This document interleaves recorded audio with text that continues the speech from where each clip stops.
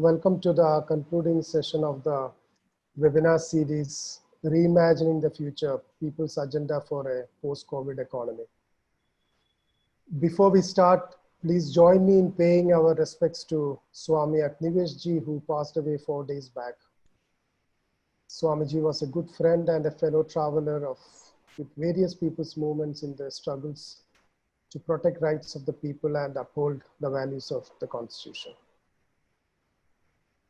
We would like to begin our meeting with registering our protests and standing in solidarity with a number of people who are incarcerated with this regime for standing up to their democratic rights and challenging this government for its anti-people policies. The latest among them is Umar Khalid, as we all know. We stand in solidarity with them and refuse to buckle under the pressures and intimidations of this government. And we will continue to raise our voices against trampling of our democratic rights. So far, we had 34 sessions in this series covering a wide range of topics from economy to environment, to livelihood, to food security, to Kashmir and many others. We had over 130 speakers in these sessions from all walks of life, including people from the communities sharing their stories and experiences. We were joined by thousands of people on Zoom and Facebook.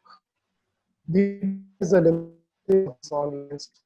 It doesn't exclude a large number of people and do not facilitate a conversation in its true sense.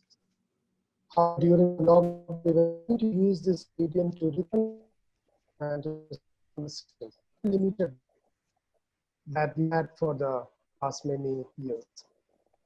One big advantage platform had was the ability to connect people from many parts of the country, from Northeast to Gujarat to Kashmir to Kerala.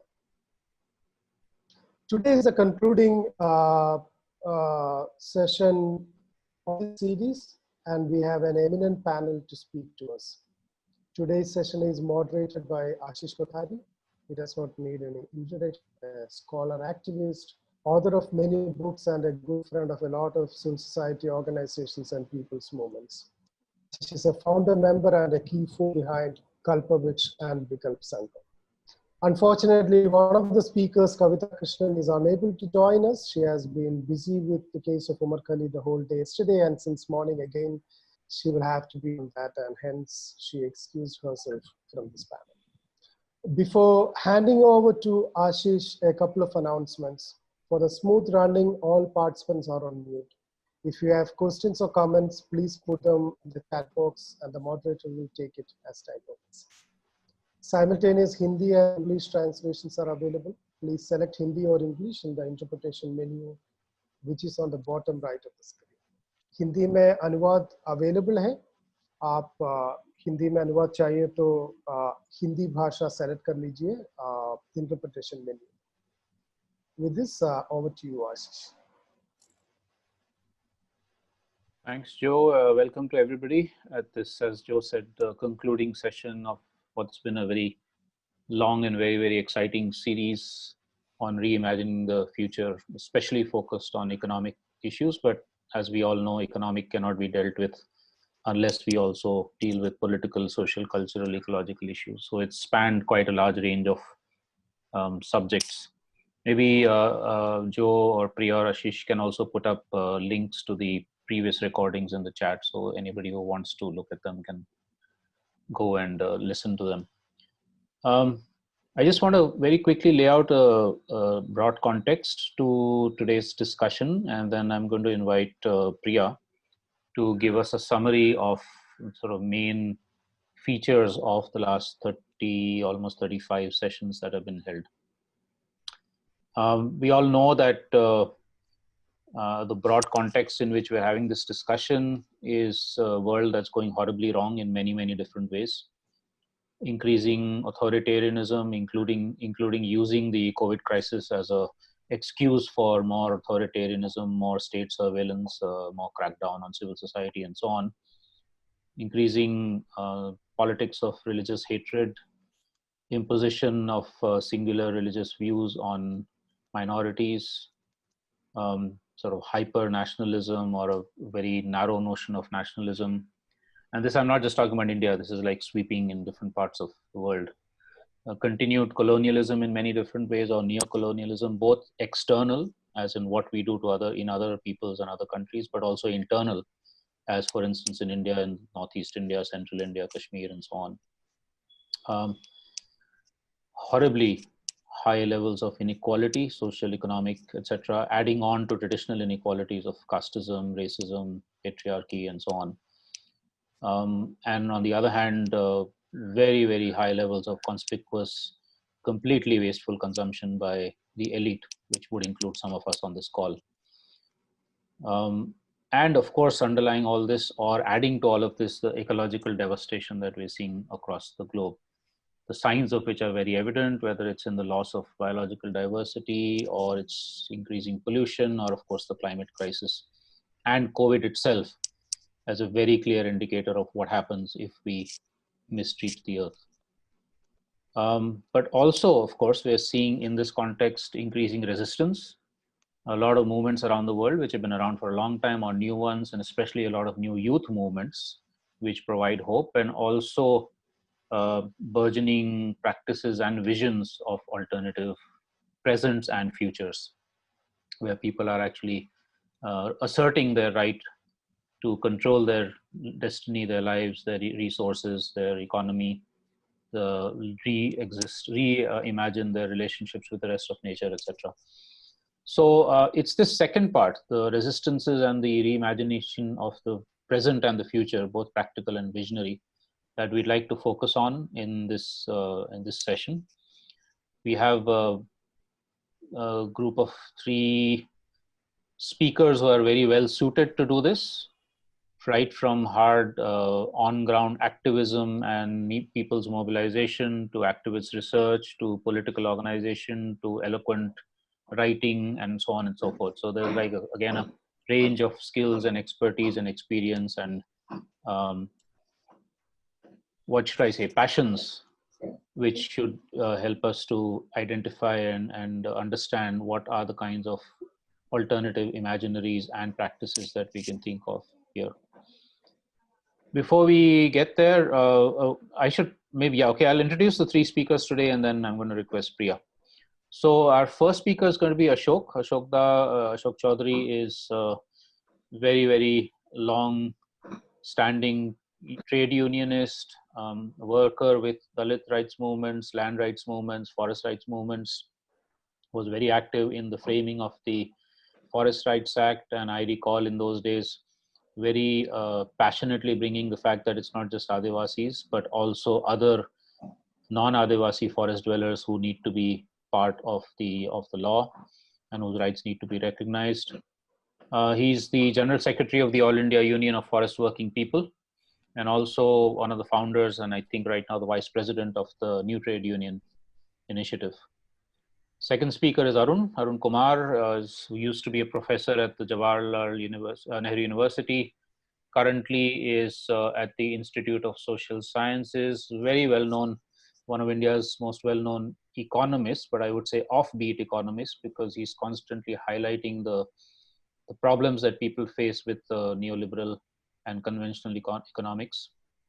He has written many books. He's very well known for his exposés of India's black economy and a number of other books. And he just told us before this webinar started that he's coming out of the book in the next 2-3 months on the socio-economic impacts of the COVID crisis, or probably more of the lockdown. Third speaker is Arundhati Roy. Arundhati is author, actress, political activist, of course, very well known for her 1997, I think, book, The God of Small Things, which won the Booker Award, but also been very active in many social movements.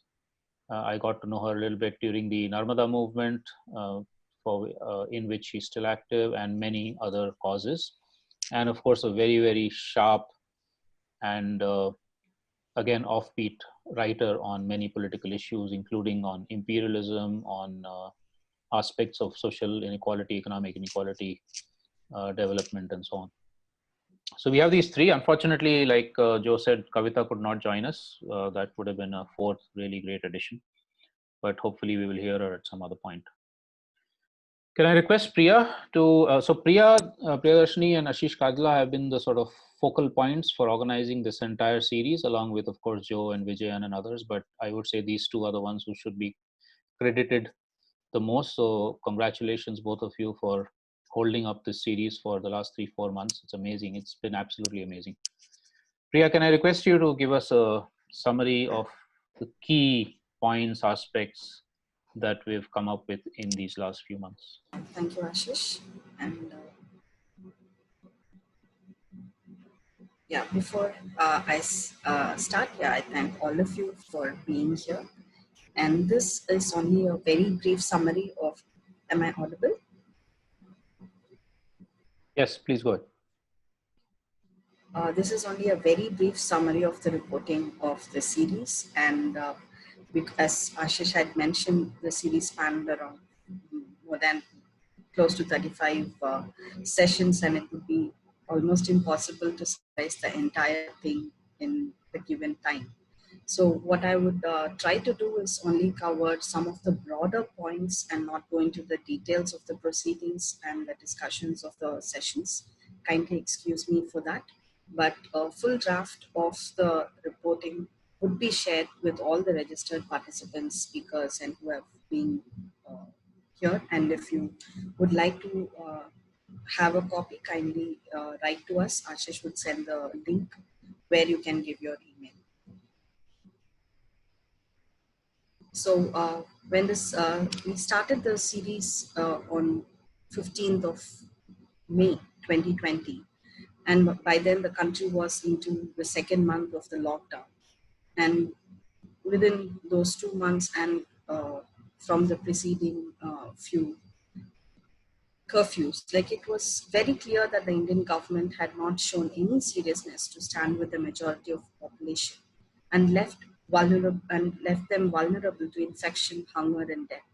It also created a situation where the poor were pushed to povertization, starvation, famine, and possibly an epidemic of suicides. And instead of making lives and livelihood of the people a priority during the pandemic, the government used it as an opportunity to aggressively push many anti-people reforms.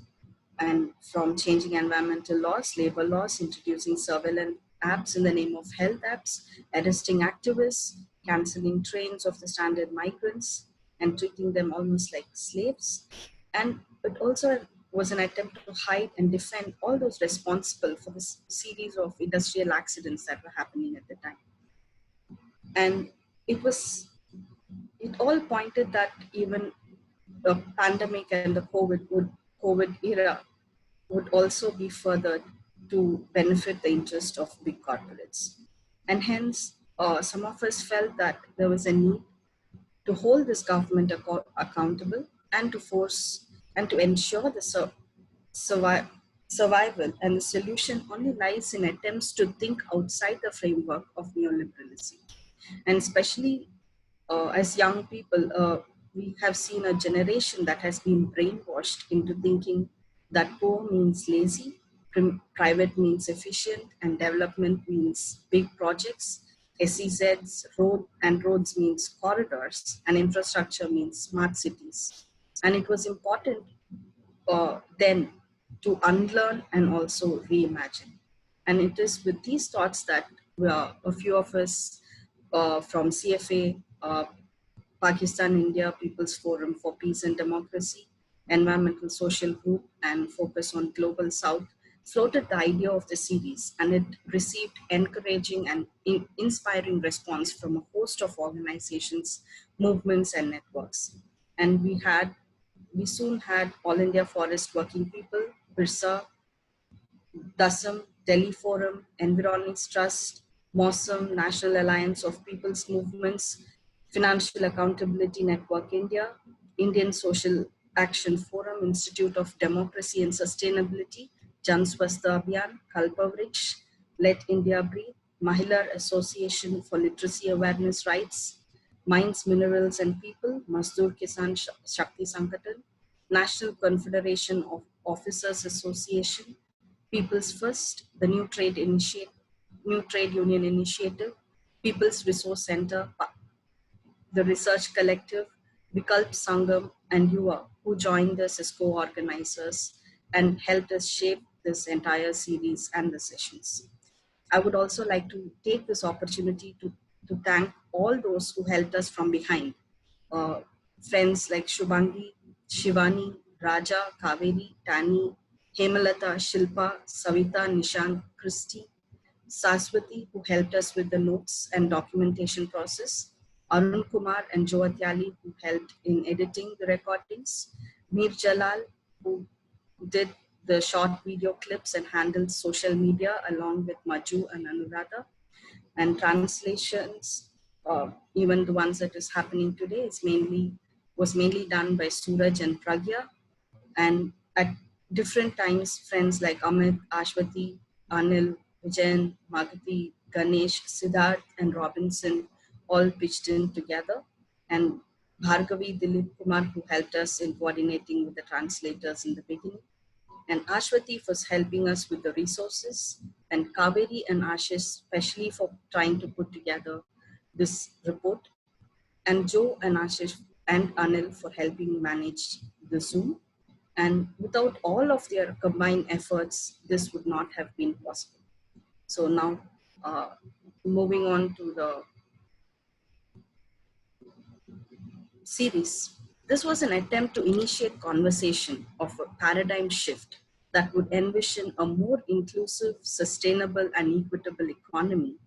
And with this idea, the series covered a range of themes from public health, economy, banking and financial institutions, education, PSUs, livelihood, labor rights, urban sustainability, employment, infrastructure, energy, the issues with people with disability, agriculture, fisheries, tourism, natural resource-based economies, Kashmir, local governance local governance, environment, food sovereignty in over 31 sessions. And the last three were concluding panel discussions that attempt to bring the significant point. And from the very beginning, even at the stage of ideation and discussion, we saw two very parallel streams of thought that emerged very distinctly. One was a complete rejection of the old model of development and economy, and that pushed for a reimagination and a new economic, social, and political order. And another that demanded, while in agreement with all of that, also demanded to hold the system accountable, to resist the dilution and resist the dilution of the existing safeguards for the vulnerable, and force the state and the administration to deliver their duties. While these seem to be very radical, different positions that would contend with each other, what emerged throughout the series was not a tussle between the two, but a need for both. The convergence of movements, forming of new alliances, and as one of our speakers today often used to say, a biodiversity of resistance is what came out strongly throughout the series. And hence, we would also present like some of those learnings that came out from the series. And before finding alternatives or reimagination, the first step is to identify the problems. And in terms of those problems that this series overall that focused on was in how the pandemic exposed the already existing fault lines in our society. From a complete failure of the state to stand by its people, and especially the most economically, socially vulnerable and historically oppressed communities. And instead the BJP regime intensified its communal agenda through its attacks on Muslims and other minority communities, and an apathy that we saw towards informal work and workers, costing the lives of migrant laborers, trans communities, and people with disabilities. And it continued its attack on activists, on people raising questions and voices, and all democratic movements, and diluted many laws labor laws and forest rights during this time. And the hollowing, what we also saw was a hollowing out of public institutions through decades of structural reforms, which rendered them incapacitated even to respond to a health crisis, if we take the health sector in particular. And the complete lack of preparedness and planning that endanger lives of the frontline workers too. The pandemic also reiterated that the neoliberal policies will only ensure the amassing of wealth for a few on top, and the market-based capitalist economy, coupled with existing caste, class, communal, and patriarchal hierarchies of the Indian society, are the primary driver of inequality. Democratic rights and complete when we come to the democratic rights, a complete disregard for rights, including fundamental rights, have slowly become the norm. And there is a need to change this. And this is not a new change that has come with the pandemic, but a characteristic feature of this regime. Dalits, Adivasi communities, and Muslims were consistently targeted. And we saw by introducing insurance-based healthcare, online education, there's a shift from a right-based approach to a system that would benefit only those with resources. For example, the credit-based supports that is being provided in the place of subsidies, and privatization from resources of all institutions, and from direct capture, as in the cases of natural resources, through different forms of privatization, whether it is in form of direct capture of natural resources, or through divestments and privatizing institutions in PSUs, or through easing lending policies, deregulations, unbundling. So we have privatization in ascending. And a centralized function. The state is increasingly centralizing all its functioning, dismantling the structure, whether it is fiscal federalism or political federalism, is being completely eroded. The range of policies like One Nation, One Card, national education policies, tourism policy, and all these policies have one aspect, which is a disregard for the regional uniqueness of various states. And through these problems and what kind of solutions, or in terms of alternatives or pathways that were emerging, what was identified was, before going into the specifics of some of the alternative models that emerged from different sectors, a few common themes that cut across the various sessions was that people and commodities need to be people and communities need to be at the center of any kind of progress, development, and well-being. And any reimagination must first acknowledge the intrinsically unequal nature of the Indian Brahminical social order. Acknowledging and understanding caste, patriarchal, and class oppressions is the starting point of a democratic and just society. And with those understandings, the alternatives that were discussed had the characters of taking back control was a primary, primary point or agenda, whether it is in terms of taking back control over natural resources, or our needs to control over policies, our needs to control over the institutions, public institutions, and whether finance, administrative, or planning, or our own needs, what kind of food we want, what kind of energy we want, what kind of infrastructure, education, health, or transport we want. So taking back control and building bridges, as I mentioned already, that breaking away from fighting in silos, forming alliances across sectors, understanding each other, the connectivity, what links our movements and the processes.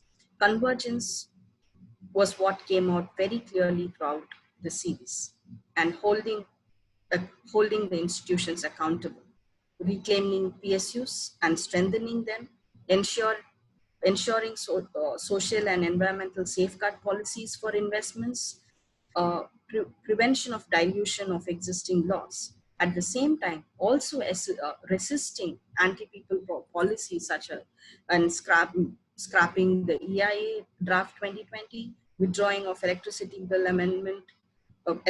amendment bill, national education policies, and a host of other policies and laws that are being pushed.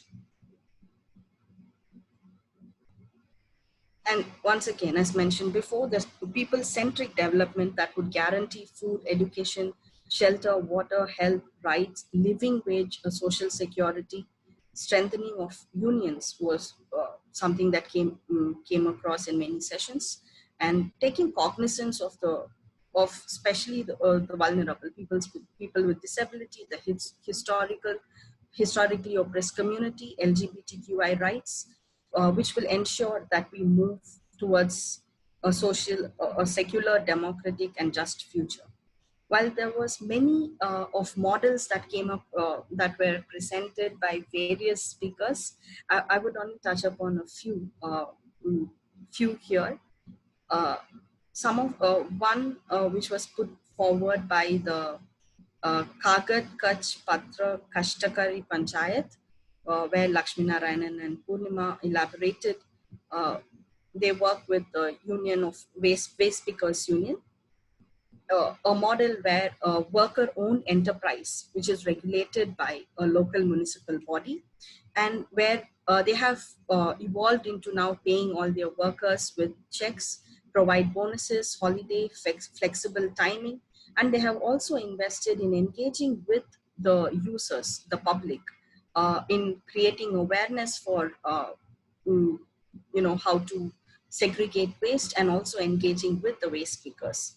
They have also had Kashtakari Seva Kendra across Pune in slums, which would organize, which has become an organizing platform for the waste pickers. And we also had Mr. Vijayanand, who explained in detail the Kudumbashri model, like which he presented as some model where what Ambedkar talked about, where political democracy and social democracy come together. And it is a model where the self-help groups and political democracy includes the social democracy aspect of it covered by the self-help groups, and the political democracy aspect covered by the government institutions like municipalities working together, which also came in many of the session as one of the feature of the Kerala developmental model, where you have a strong panchayat in the local body, which is strengthened by people's participation. We also had Sagri Ramdas of the Food Sovereignty Alliance, who put very clearly in terms from their working of Andhra Pradesh and Telangana, that enables small farmers, peasants, and pastoralists, youth from Dalit, Adivasi, Bahujan, and Muslim communities, and share their learnings. And a few of their learnings was also shared by a few other people, like the forest working people, or Ilanko from India, who was from Tamil Nadu, who engages with the panchayat forms, and which was that the pandemic validated some of their understanding that it was landless who were in distress, and those who had taken control over their resources, their land, where relatively they were able to tide over the pandemic and the subsequent lockdown. And the creation of systems which has food as its centrality, and economy that was created through that model of food becoming the central, did relatively well to tide over the lockdown than those production units which had much longer supply chains. And hence, she also reiterated that the need to build a local, sustainable, and instead of chains, a web of networks that was as provided as an alternative. And she also said the efforts in educating the communities and especially the youth on caste relations, gender relations, all came in handy when they responded as frontline workers in preventing and preempting when it came to the cases of domestic violence. And Mr. Harilal, who was from Uttarakhand, uh, from a village named Madale, talked about the Gram Panchayat models that have proved uh, by taking knowledge and inputs from women, Dalit, and other marginalized groups as success. What they have done there is to recognize the land in the area owned by the government, take control of it, take ownership of it, and not just in individual names, but in the name of Gram Sabha. And they have also gotten it recognized by the Gazette, and thereby proving that a model of community-based ownership is possible. And in terms of learnings, the series attempted that it also identified challenges, problems in the current system, and did try to bring out various examples and experiments of a more sustainable model of economy. But most of these experiments, which was born out of a process that is opposed to an anthropocentric, market-driven monopoly capitalism, tended to root themselves as a rural-based local models. Though they are in a very small scale, they are not to be seen as just alternative models of food production or education, as in the case of the Narmada Jeevan Shalas, or health practices, as in the case of Oman Maila, Sangatan, or local governances, but also as part of resistance that is paving a pathway for a better society.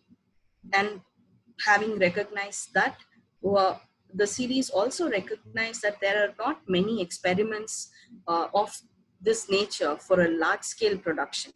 The challenges that was recognized was that we need to ensure models of production to be also democratic, like from the source to the consumer chain, the entire, at every step of production and consumption, that you need to have more democratic processes. And it was also recognized that some of the cooperative models, though they have been attempts in large scale production, but once they cross a particular size, that they have also become sites of private capital accumulation and have fallen victim to the capitalist model. And this has to be, thought over. And another very important learning is that while with most other themes, especially most of us being part of the civil society, resistant movements, and people working towards social change, found that we are on the right side of history. But the session on Kashmir held each one of us, part of a perpetrator community, guilty. And whether, and especially as throughout the series, when we referred to our resistance and our movements, our models as a second freedom struggle, then at the same time, we are also being a part of one of the most brutal colonizing project is something that we all need to ponder upon. So the Kashmir session really showed the mirror to each one of us, and it opened us the question of creating more transparent narratives. Priya, can you finish soon? Yes. I also acknowledge that while there was attempt to cover many themes and sectors, we have not been able to successfully cover all of those components that would, contribute to economy, but we have tried to do our best. And in terms of strategies towards the future, as one sees in many other things, there were also a multitude of strategies that came. But the core of it was to delay the current anti-people regime and the processes that are on, denigrate and deliberate for revocation of public sanction, highlighting the gross violations that are there, and develop new models and insights that would form linkages and webs amongst all the components of the society. And there was also a call to move from the slogan of Sangarsh and Nirman framework to a survival, resistance and alternatives framework. So with that, I would end. Thank you, Priya. That was quite a heroic task. I know it's difficult to try and condense, I don't know how many hundreds of hours of sessions into about 20-25 minutes, but you did an amazing job. And of course, I think you're also, your team is also putting together a kind of a report with the key findings and some of the pathways to the future kind of thing. So we all look forward to that. I'd like to now move to, and I think Priya, you've also laid the ground for some of the reimagination, or quite a bit of the reimagination, both of the present and the future, because not just the future, but we have to also change the present context. So I'm sure the speakers are going to add much more substance to what you've already told us, and of course add their own perspectives. Can I start with Ashok? Ashok Chowdhury, already introduced him. Ashok, 15 से 20 minute, sorry, 15 to 20 minutes. 20 I will warn you around 15 minutes so that you know that you have to start thinking about winding up. And nobody is going to be allowed to go over 20. So please be aware of that. I will be very rude with that. तो सभी साथियों को सादर अभिनंदन। जैसा कि अभी प्रिया ने विस्तार से बताई, आज एग्जैक्टली 4 महीने हो गए जब से ये रीइमेजिनिंग फ्यूचर सीरीज चालू हुई थी। 15 मई, आज 15 सितंबर। तो 4 महीने का सफर बहुत दिलचस्प रहा और ऐसे वक्त पे शुरू हुई थी। मई के महीने में लॉकडाउन के दूसरी लॉकडाउन चल रहे, करोड़ों मजदूर सड़क में थे, लोग भूखे प्यासे घूम रहे थे, रोजगार बंद। ऐसी हालत में जो शुरू हुई थी ये चर्चा, और एक चैलेंज, चुनौती रही कि कैसे हम ये जो महामारी है, पेंडेमिक्स है, जो पूरी व्यवस्था को में एक रद्दोबदल कर रहे, इससे ऊपर जाके आगे कैसे देखे दुनिया को, उसकी कोशिश थी। और इस कोशिश में बेशुमार मुद्दे और विषयों को चर्चा की गई और कुछ बहुत बुनियादी मुद्दे रहे। तो मैं इसलिए ऑर्गेनाइजिंग ग्रुप को और कार्यकर्ताओं को बहुत शुक्रिया अदा करता हूँ, मुबारकबाद देता हूँ कि बड़ी अथक मेहनत से इस प्रक्रिया को चलाया और एक मकाम पर लाए हैं। हालांकि रीइमेजिनिंग की प्रोसेस तो अभी से शुरू होती है, प्रक्रिया अभी चलती रहेगी, लेकिन एक मकाम पे हम लोग आए तो आज हम चर्चा कर रहे हैं कि कैसे हम इसका मुकाबला, जो चुनौतियां हमारे सामने हैं, करें।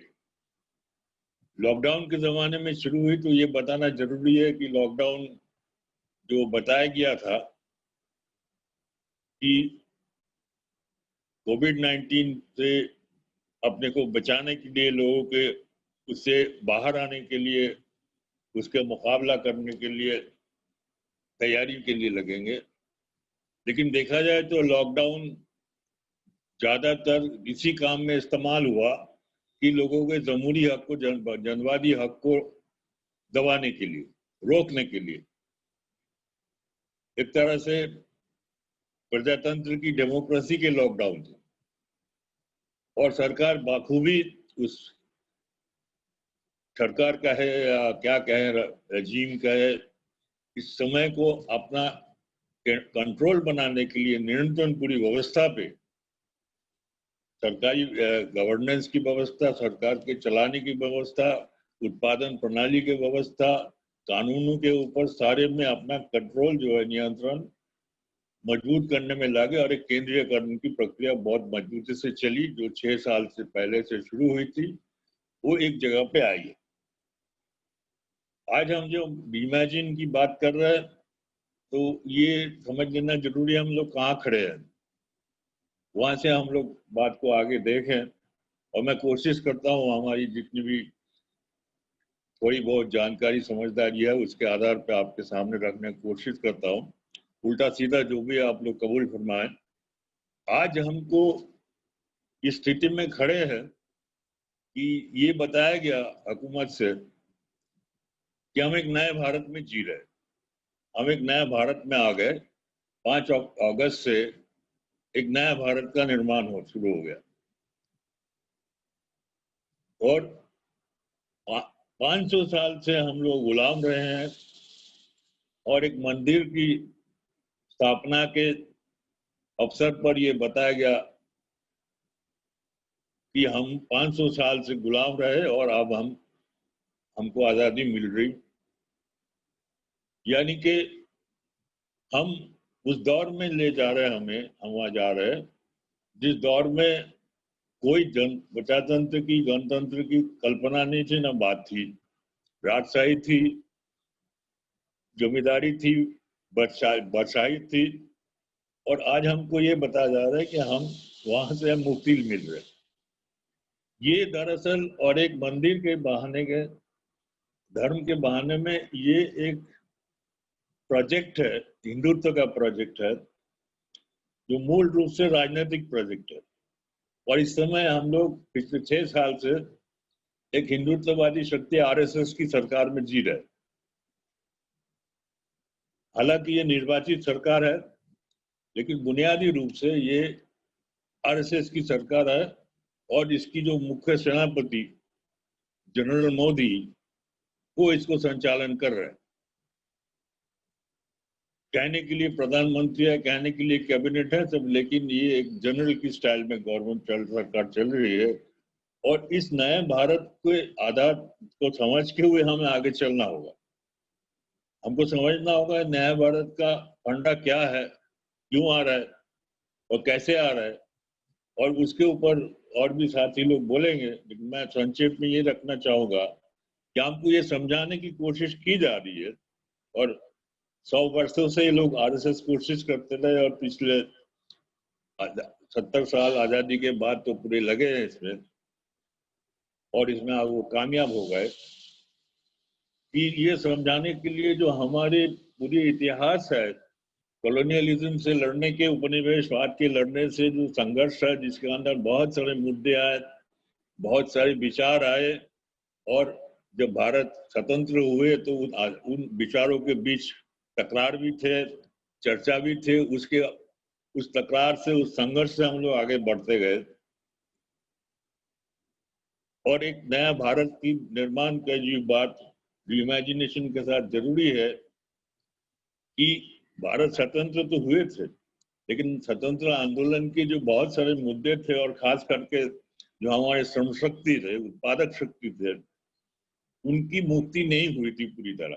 उस आजादी के आंदोलन शुरू हुई थी ब्रिटिश साम्राज्यवादी ताकत के साथ, कि हमारी उत्पादक शक्ति को कंट्रोल करना चाह रहे थे, हमारे जितना भी संपदा है उसको औपनिवेशिक ताकत कंट्रोल कर, नियंत्रण करना चाह रहे थे, उसके ऊपर वो अपना एमिनेंट डोमेन एस्टेब्लिश कर रहे थे, काबिल का एक छत्र अधिकार स्थापित कर रहे थे। उसके खिलाफ लड़ाई थी, हमारे आदिवासियों की लड़ाई, किसानों की लड़ाई, फिर बाद में मजदूरों की लड़ाई शुरू हुई, और बाद में हमें मेन स्ट्रीम लड़ाई जो दिखती है, मेन स्ट्रीम पॉलिटिक्स जिसको हम कर रहे हैं, मुख्य धारा, वो बाद में आए। लेकिन बुनियादी लड़ाई वहां से शुरू हुई थी, जो संपदा के ऊपर समाज के जो सार्वभौम अधिकार है इसकी लड़ाई थी, और वो लड़ाई चलती रहे। और स्वतंत्र भारत में ये कल्पना की गई थी, उम्मीद की गई थी कि अब इसकी मीमांसा होगी, समाधान होगी, लोगों को हक मिलेंगे, लेकिन नहीं हुई। बहुत सारे कानून बने, बहुत सारे प्रयोग हुए, लेकिन अभी तक हम नहीं कह सकते कि हमारे श्रम शक्ति को मुक्ति मिली है। इसीलिए ये नया इंडिपेंडेंस के साथ साथ लिबरेशन स्ट्रगल की कंटिन्यूटी भी है। मुक्ति आंदोलन, जो श्रम शक्तियों की मुक्ति के आंदोलन की जो कंटिन्यूटी है, उसकी जो सिलसिला है, जो 250 साल पहले शुरू हुई थी हमारे देश में, वो अभी भी जारी है। और इस संदर्भ में हमको रीइमेजिन करना है कि अगर हम नया भारत वाकई बनाना चाहिए, एक तो हिंदुत्ववादी नया भारत, एक मजदूर समाज के नया भारत होंगे, उसकी बुनियाद कहाँ और कैसे होंगे, उसके बारे में हमको सोचना चाहिए। रीइमेजिन के सबसे बुनियादी पॉइंट, और एक राजनीतिक प्रश्न है, राजनीतिक विषय है, राजनीतिक समस्या है, राजनीतिक चुनौती भी है। हमने देखा है कि औपनिवेशिक काल में जो लगातार कोशिश हुए अंग्रेजी शासकों के और उनके साथ मिले हुए तमाम हमारे यहाँ के जो अभिजात वर्ग थे, जो अंग्रेज आने से पहले मजबूत थे, उनके और अंग्रेजों की साठगांठ से यहाँ की संपदा को लूटने की जो प्रक्रिया शुरू हुई, उसमें हमारे जो श्रम शक्ति रही, जो उत्पादक शक्ति रही, जल जंगल जमीन यानी प्राकृतिक संपदा पे, हमारे देश तब पूरी तरह प्राकृतिक संपदा पे आधारित थे, और आज भी हमारे देश के 70% लोग प्राकृतिक संपदा पे आधारित की उत्पादन प्रक्रिया से ही जुड़े हुए हैं। चाहे हमारे इंडस्ट्रियल और भी जो डेवलपमेंट हुए, विकास हुए, लेकिन अभी भी हमारे देश के बहुसंख्यक लोग प्राकृतिक संपदा की उत्पादन प्रक्रिया से जुड़े, यानी कि जल जंगल जमीन खनिज इसके ऊपर जुड़े हुए। और उनके ऊपर जब ब्रिटिश शासन ने कब्जा किया, उनको धीरे धीरे वहां से अलग किया, एक अलगाव की, एलियनेशन की प्रोसेस प्रक्रिया शुरू हुई, जिसके कारण जो जमीन में खेती करते थे वो खेती से उजड़ गए, जंगल में जो रहते थे जंगल से उजाड़े गए, जो जहां भी काम कर रहे थे पानी में तो सब उजाड़े गए। नए तरह की मिल्कियत व्यवस्था कायम की, जो औपनिवेशिक व्यवस्था, उसके साथ हमारे जमींदार वर्ग, सामंती वर्ग और बाद में 19वीं सदी में जो पूंजीवादी वर्ग मिले हुए थे। इसलिए भारत के पूंजीवाद को समझने के लिए उनके साथ सामंतवाद के जो रिश्ता, हमारे देश में पूंजीवाद सामंतवाद से लड़के नहीं आए, सामंतवाद को भी साम्राज्यवादी ताकत ने बढ़ाया, कॉलोनियल ताकत ने बढ़ाया, तो पूंजीवाद को भी उन्होंने बनाया। और देश आजादी के बाद वही पूंजीवादी तबके, वही सामंतवादी तबके हावी रहे, और जितने भी राष्ट्रीय प्रक्रिया शुरू हुई, अच्छी प्रक्रिया भी शुरू हुई, उन सबको सबसे ज्यादा फायदा इन्हीं तबकों ने कमाया, इन्हीं तबकों ने किया। आज भी देश के जो मूलभूत उत्पादक शक्ति है, वो अपनी संपदा के संसाधन से अलग हुए हैं, उनके कंट्रोल में, नियंत्रण में नहीं है, जिसके कारण जो श्रम शक्ति का विकास होना चाहिए था, जो श्रम शक्ति का प्रोडक्टिविटी जिसको बोलते हैं, श्रम शक्ति का प्रोडक्टिविटी नहीं बढ़ा, प्रोडक्शन बढ़े, चाहे एग्रीकल्चर हो चाहे और चीज है, सभी का उत्पादन बढ़े, लेकिन श्रम शक्ति का जो उत्पादक शक्ति है उसको नहीं बढ़ा, जिसके कारण अमीरी गरीबी का खाई बढ़ते गया, और एक ऐसी स्थिति में आ गया कि बार बार कई बार इतना उत्पादन के बाद भी खाद्य सुरक्षा की समस्या रही। आज भी लोग आंदोलन कर रहे, इसको और मांग कर रहे हैं। आजादी के समय ये सही है कि हमारे पास जो खाद्यान्न उत्पादन थे वो जरूरत से कम थे, लेकिन 40-50 साल के बाद जो भी हिसाब लगाया गया तो 6 गुना बढ़ गए सन 90 के दशक में, और अब तो और ज्यादा बढ़ गया हमारे उत्पादन। लेकिन हमारे आबादी के जो बढ़त है उसके हिसाब से बहुत 2-3 गुना बढ़े उत्पादन, लेकिन आज भी लोगों के पास अन्न नहीं है, खाने का नहीं है, क्योंकि काम नहीं है। अशोक दा, माफ कीजिएगा मैं टोक रहा हूँ, जी आपके पास करीब 6-7 मिनट रह गए, 8 मिनट, तो थोड़ा ये श्रम शक्ति वगैरह के आधार पे क्या सोच, क्या कल्पना, क्या रास्ते हो सकते हैं, उसकी कुमार तरफ थोड़े अगर बढ़े तो अच्छा रहेगा। कोशिश करता हूँ, जी आप कीजिएगा। हाँ, तो इस श्रम शक्ति के ऊपर को मुक्ति दिलाने के लिए जो मैं समझता हूँ कि नए भारत के निर्माण में वो बुनियादी सवाल है। अगर हमारी उत्पादक शक्ति को मुक्ति नहीं मिलेगी, उनकी ताकत नहीं, उनकी एम्पावरमेंट नहीं होगी, तो कोई नया भारत में विकसित नया भारत नहीं बन सकते, लाख कोशिश कर ले। ये जो खाई है अमीरी गरीबी का और वंचना जो है, वंचित होना, ये जब तक रहेगा, ये माफी मांगने और भीख मांगने की लड़ाई नहीं है। ये उत्पादन शक्तियों का, उत्पादन के स्रोत के ऊपर नियंत्रण का मुद्दा है। चाहे वो एग्रीगेट रिफॉर्म के जरिए से, लेबर रिफॉर्म, जो भी कुछ कर रहा है, हमें मजदूरों के हाथ में, श्रम शक्ति के हाथ में ताकत चाहिए। उत्पादन की स्रोत को, उत्पाद मोड ऑफ प्रोडक्शन में उनका कंट्रोल होना चाहिए। ये एक बुनियादी सच्चाई। इसके लिए कुछ सुझाव मैं ठोस दे देता हूँ, जितना भी मुझे हम लोगों के अनुभव से आया। एक तो ये पहली बात है कि एक राजनीतिक स्ट्रेटेजी होगी, ये इकोनॉमिक स्ट्रेटेजी नहीं है। हमेशा हम देखते हैं लेबर की इशू, प्रोडक्शन की इशू एक आर्थिक दायरे में देखा जाता है। जमीन है, इसका आर्थिक मूल्य क्या है, क्योंकि जमीन का कमोडिटीकरण जो आर्थिक मुद्दा, ये तो अंग्रेजों ने बनाया था, मजदूर हमारे समाज ने नहीं बनाया। ये श्रम शक्ति का श्रम के ऊपर और अपने संपदा के ऊपर अधिकार एक राजनीतिक प्रश्न है। इसको राजनीतिक हल जब तक नहीं होंगे तो हम उस तरह से विकास नहीं कर सकते। सरकार को, या जो भी आंदोलन है, जिस तरह की सरकार बनेगी, जाहिर है कि महामारी के बाद राजनीतिक परिवर्तन होगी, या तो वो बहुत ही केंद्रीकृत सरकार होगी या एक समाजवादी सरकार होगी, दोनों में से एक होंगे। हमारी कोशिश होगी कि ऐसी सरकार बने, ऐसी व्यवस्था बने जो समाजवादी विचारों से, जहाँ लगता है लोगों के हाथ में ताकत के विचार से बने। उसके लिए राजनीतिक प्रश्न को देखना होगा। तो हमें आदिवासी मूल निवासी जो हमारे समाज है, श्रम शक्ति के अंदर सबसे बड़ा हिस्सा है, उनको सार्वभौम अधिकार देना होगा। जल, जंगल, जमीन पे सार्वभौम अधिकार देना होगा। ये ना केवल एक कानून बनाने से, फॉरेस्ट राइट एक्ट या जमींदारी विनाश कानून से हमने देखा नहीं हुआ है। फॉरेस्ट राइट एक्ट के लिए हम लोग लड़े, लेकिन 14 साल बाद भी आज भी वही चल रहा है, वही हिस्टोरिक इंजस्टिस जिसको जिक्र की, वही चल रहा है। तो राजनीतिक ताकत होना चाहिए, और वो उसके लिए हमें एक सॉवरेन, जो सार्वभौम अधिकार देना होगा, इसके लिए लड़ना होगा। और इसी से हम लोग उत्पादक शक्ति को ताकतवर, शक्तिवर्धन कर सकते हैं, उनके एम्पावरमेंट कर सकते हैं, सांगठनिक रूप से, राजनीतिक रूप से, सामाजिक रूप से। और ग्राम सभा को से लेके ऊपर तक उनकी ताकत होना चाहिए, उनकी पहुंच होना चाहिए, उनको ताकत मिलना चाहिए। सिर्फ ग्राम सभा के बस पे नहीं है।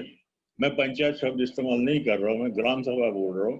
तो सिर्फ ग्राम सभा में ताकत होना चाहिए और ऊपर भी होना चाहिए, ताकि जो बड़े आर्थिक क्षेत्र है, उद्योग है, जो जो बड़ी आर्थिक नीति है, राजनीतिक नीति है, उसमें उनका दखल रहे।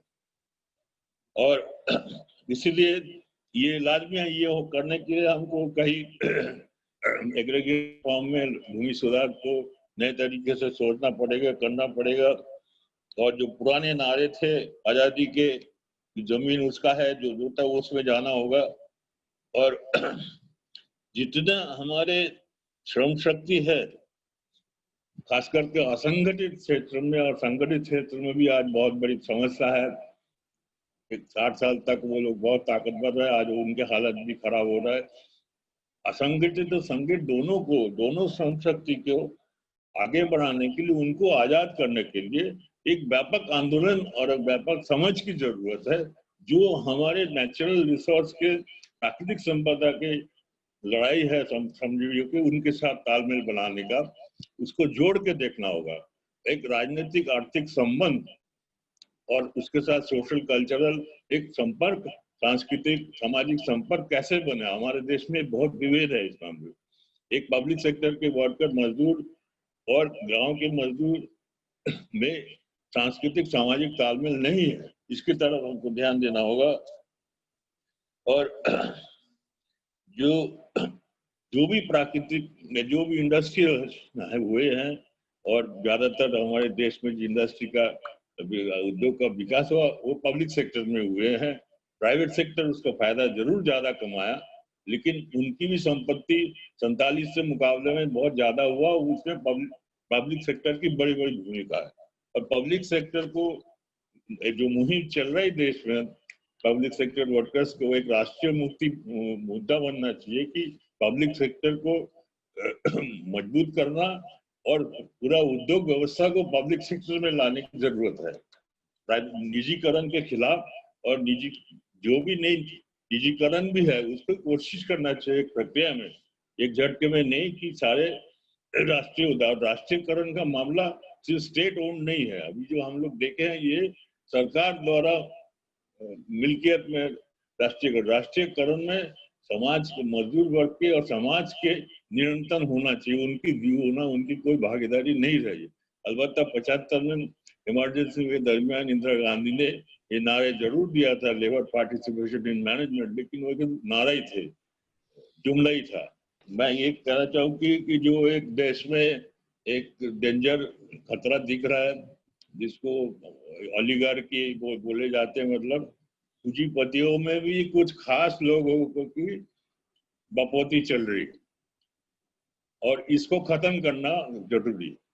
कुछ लोगों का मानना है ये गुजराती ओलिगार्की है, या अंबानी अडानी और वगैरह जो है एक गुजराती गैंग है, इसको विध्वंस करना जरूरी और इसी के ऊपर सरकार चल रही। और इसके साथ साथ ये सब करने के लिए हमें फेडरलिज्म को मजबूत करना होगा। जो संघ का हमारे संविधान की संघ व्यवस्था की अवधारणा है उसको मजबूत करना होगा। वो बहुत कमजोर पड़ रहा है, उसमें बहुत अटैक हो रहा है और आगे स्पीकर जरूर इसके ऊपर बोलेंगे।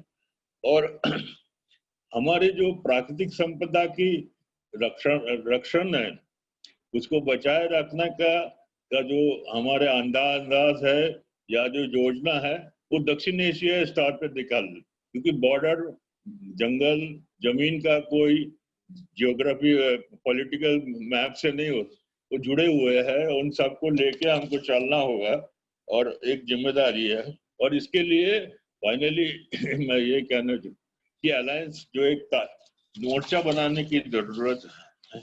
जैसे कि मैंने कहा कि तमाम शक्तियों की तालमेल एकता होनी चाहिए, उसके साथ साथ जो प्रगतिशील तरकीब उनकी तालमेल होना चाहिए और सबकी अपने अपने एक भूमिका है वो तय होनी चाहिए। राजनीतिक पार्टी जनसंगठन, हमें जनसंगठन पे जोर दे देना, राजनीतिक पार्टी और जनसंगठनों को भी तालमेल होना चाहिए। और उसके साथ साथ जो हमारे सॉलिडारिटी संगठन है, सिविल सोसाइटी है, वो भी साथ हो। और सॉलिडारिटी ऑर्गेनाइजेशन जो इस प्रोग्राम को ऑर्गेनाइज किया उनकी बहुत महत्वपूर्ण भूमिका है, लेकिन उनको समझना पड़ेगा कि आंदोलन में वो कौन सी भूमिका निभाए। वो एक सहकारी, मेरे हिसाब से एक सहयोग की भूमिका निभा सकते। वो इस राजनीतिक आंदोलन को लीडरशिप नहीं दे सकते और न देना चाहिए। लीडरशिप श्रम शक्ति से आना चाहिए। जो जन आंदोलन, जो जन संगठन और राजनीतिक आंदोलन से आ रहा है वहां से नेतृत्व आना चाहिए। बाकी संघ लोगों का एक सहायक भूमिका होना चाहिए और बहुत सक्रिय और बहुत महत्वपूर्ण भूमिका। बहुत सारे काम है जो आंदोलनकारी संगठन खुद नहीं कर सकते, तो उसमें उनका मदद होना चाहिए। उसी से हम लोग एक सॉलिडारिटी का एक नया समझ हम लोग बता सकते हैं। और आखिर में ये है कि हमें नए पीढ़ी को देखना चाहिए। नए पीढ़ी नए चुनौती लेके आते, नए समझ लेके आते हैं। जरूरी नहीं कि अभी जो अवसाद है, जो फ्रस्ट्रेशन है लोगों में, उसका आसन में हो, उससे बाहर आ सकते हैं, एक नए रोशनी ला सकते हैं। और नए तरीके से, तो नौजवान और महिलाओं की नेतृत्व बहुत अहम भूमिका रखते हैं और निर्णायक भूमिका रखते हैं। हमें उस पर काम करना चाहिए। शुक्रिया। शुक्रिया अशोक दा, माफ कीजिएगा मैंने आपको टोका, लेकिन मुझे लगता है कि चर्चा में कुछ सवाल ऑलरेडी आ चुके हैं और चर्चा में आपने जो बातें की उसको थोड़ा और गहराई में हम लोग जा सकते हैं। एक बार भी बोल रहा हूँ, ठीक है? ठीक। So Ashokta has laid out some very important points on pathways to different more just future, and also of course current struggles. Just to mention 4 or 5, and I note that Vijayan has also given a really good summary of that in the chat box. But I think the very strong focus on workers, laborers, producers, and the revolutionary freedom that is needed for them to be able to take control back in their own lives and over means of production and so on. And in this, especially looking at the conservation of nature and the revival and sustenance of livelihoods based on nature and natural resources through commons and collective rights over land, over natural ecosystems, and fights for community sovereignty. Also asserting in the current situation the place of the public sector, and I presume, though he did not go into it, but I'm sure he would agree that not necessarily straight dominated, but in a much more democratic hands. The reassertion of federalism, which is currently very seriously being violated and threatened. Also reimagining South Asia as a region. This is something maybe we can go into a little further in the discussion. I think it's a very important point. And I note that there are a number of our friends from neighboring countries who have joined us in this session. And finally, a focus on women and youth leadership, which will be possibly the most important means by which and agency by which we'll be able to take all of these issues forward. And sorry, I also forgot to mention that he was very clear that the issues we're talking about are not just economic, but are also fundamentally political. And therefore the need for alliances and solidarity amongst people's movements of various kinds, civil society movements, and political parties and other progressive forces. So from that, I'd like to move to Arun. Arunji, Arun, as I already mentioned, is one of India's most well-known offbeat economists. Arun, your turn. Okay. Again, the request is 15 to 20 minutes. I will give you a warning, and if possible, focus predominantly on the reimagination part of it. Thanks. Okay. Thanks. I'll share the screen. I'll be looking at the COVID-induced economic crisis and the way forward in this presentation. As an introduction, society was facing a variety of issues before COVID hit us. COVID has aggravated the pre-existing issues that we were all faced with. And what has happened is that post-COVID, there's a lot of uncertainty. What is going to happen post-COVID is very unclear because we don't know enough about the virus and how it's impacting and whether there'll be a second wave, etc. But what is clear is that there'll be a new normal. It's not that we are going to recover back to where we were in January 2020. And therefore, we need to think at 3 different levels. The short run, how people will cope with the immediate COVID-related aspects. And the medium run, there'll be a growing crisis in the lives of people. So what is to be done? And then in the long run, how will we deal with the pre-existing problems and those that are being thrown up now? So I'll try and address these 3 levels in my presentation. Now, the crisis has been introduced by lockdown. The question that was asked to me by my architect was, when everybody is locked up inside their houses, how's the economy running? We had empty roads, closed markets, decline in consumption of diesel and electricity by around 30%, drastic fall in air and water pollution. You had pictures of, the Himalayas from Jalandhar and from Siliguri, so economic activity had largely ceased.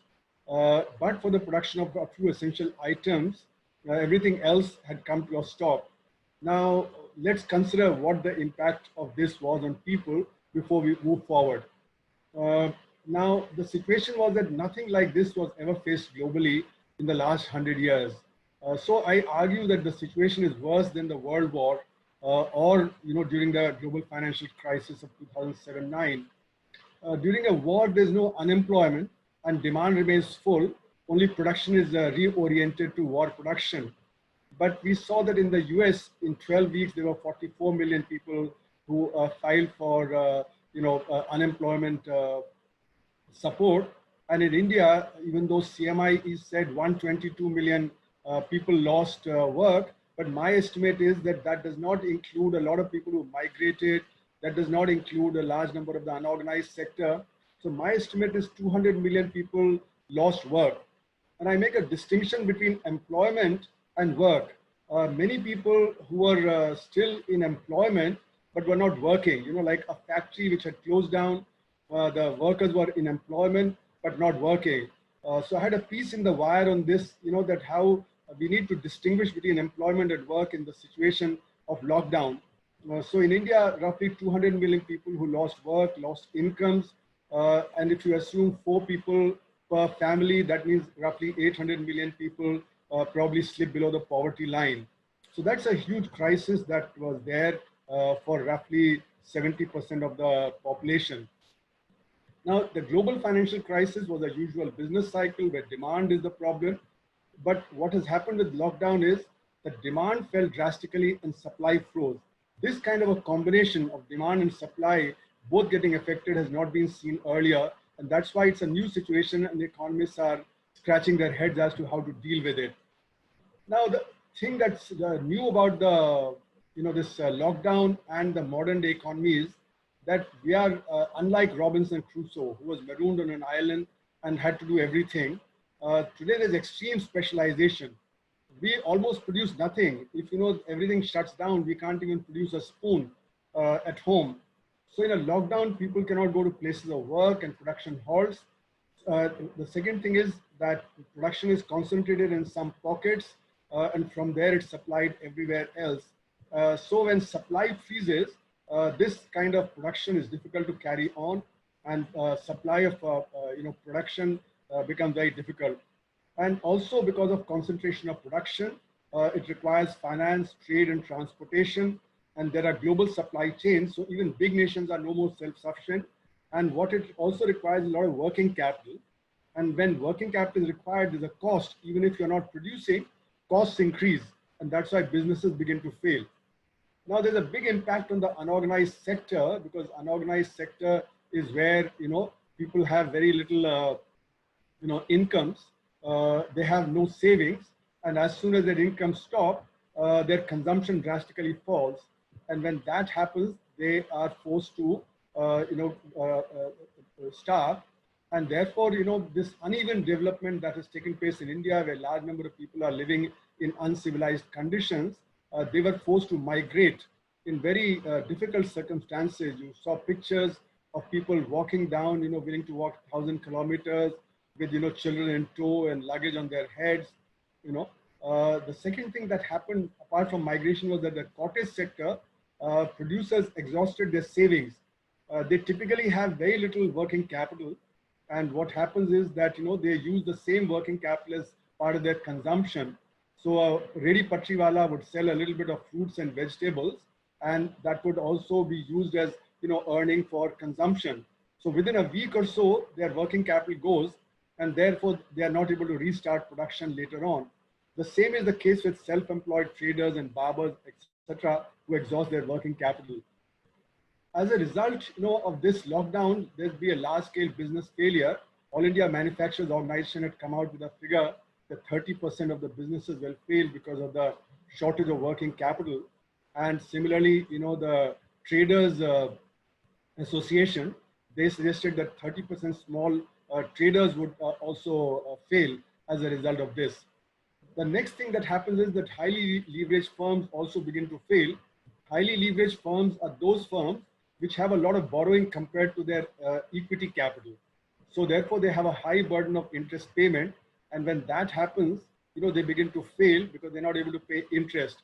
The government's moratorium for 6 months, that helped, but that's only postponing the problem because interest would still have to be paid at the end of 6 months. And many financial sector firms are in the category of highly leveraged firm.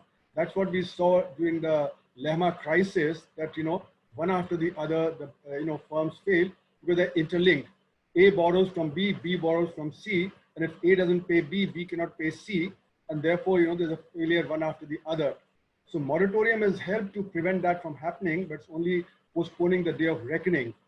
And the revival therefore becomes very uncertain because working capital would not be available and banks would be very reluctant to give loans because they already have high NPAs and they worry that their NPAs will increase. So unless the government comes forward to actually help the banks, businesses would begin to fail very quickly. Only those businesses with large reserves will feel less pain, but even they would, run out of savings very soon. So in this graph, I have presented a picture of what could happen. The government says we'll have a very quick recovery, a V-shaped recovery after 2 months, and then we'll be back to January 2020 in 4 months. But even then, the rate of growth would be something like minus 10%. But if it's a narrow, sort of shallow U-shaped recovery in 1 year after 2 months of lockdown, then we'd have something like minus 30% rate of growth. But if the recovery is even further delayed, then you'd have something like minus 40%. And if it's over 2 years, then you have something like minus 50%, minus 60% rate of growth. So already the data is showing that the first quarter rate of growth is down by 24%. But my argument is that this does not count the unorganized sector. If you count the unorganized sector, our rate of growth has fallen in the first quarter by anything between 40 to 50%. And for the year as a whole, if the second option is taken, then we see that the rate of growth would be, something of the order of minus 25 to minus 30% for the year as a whole. So the production has been impacted, especially in the unorganized sector, and even agriculture has been impacted. And there's large scale unemployment, as I said earlier. So production is way down. And therefore, what has also happened is that government's tax resources will decline by about 50%. Because, GST collections will decline, as has been seen. Corporate tax collection, income tax collection, they'll all fall.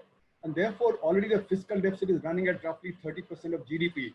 So it's no more a question of 10% or 5% of GDP, but we are having a very high fiscal deficit because the resource base has shrunk.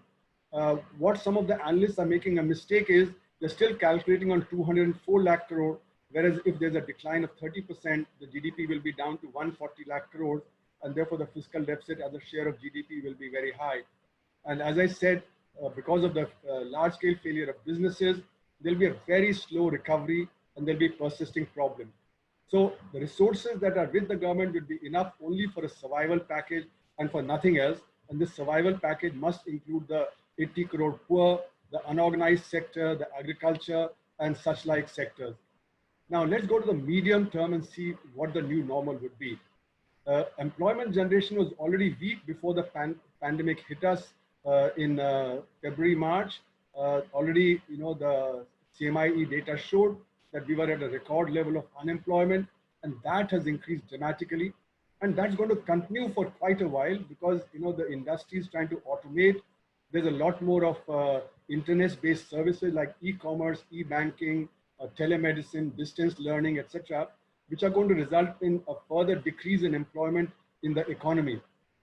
And the government's resources will be very short, as I pointed out. So they'll cut back on social sector expenditures, which is what they usually do. So expenditures on education, expenditures on women and child development and other such things, they will decline. They're not even increasing much resources on schemes like the Rural Employment Guarantee Scheme or giving more to the farmers because of the shortage of resources that both center and states are facing.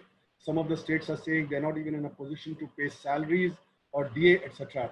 Now, as a result of all this, inequalities will rise very rapidly, and many services which are employment intensive, they are going to be in trouble, like travel, tourism, trade, transportation, etc. Arun, yeah. Arun, sorry to interrupt, but you have just 5 minutes left. So if you can into the solutions part, please. Yeah. And global moves to shorten supply chains are there, so exports will be also weak. Now, in the long run, we need to have a bottom-up approach to development, which we have not had. We need to check growing inequalities, and therefore, we also need to cut on social waste of all kind, which means environment, employment, and various other such things. And we need to provide a living wage to all. And progress has to mean quality of life rather than material consumption increase. So, the ideas of degrowth, etc., have to be brought into our analysis. Now, these involve political aspects of economic policy making.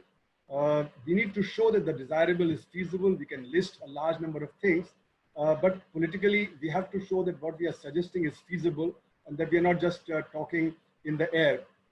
And it can be shown that within our resource base, we can take care of the needs of the people.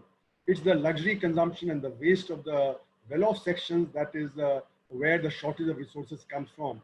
So basic development does not require borrowing from abroad, does not require giving concessions to foreign capital.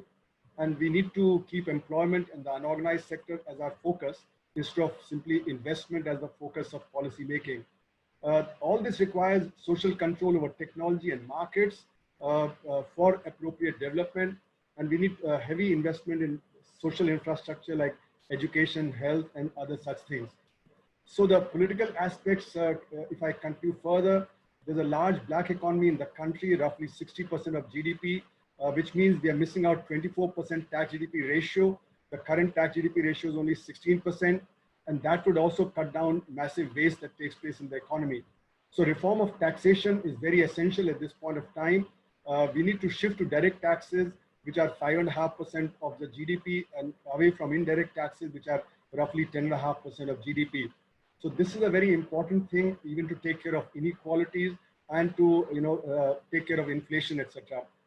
We need to reform GST, which has hit the unorganized sector very hard. We need to make it a last point tax. That also GST has hit our fiscal federalism. So we need to relook at GST the way it is structured. We need to bring in wealth tax, gift tax, and estate duty to check growing inequalities and also to check the black economy. Now, in conclusion, economy is extremely complex and time is short for whatever one can say. That will always be inadequate. There's a need to take a lot of sectors and other aspects into account, which I'm sure other panelists in earlier sessions have done.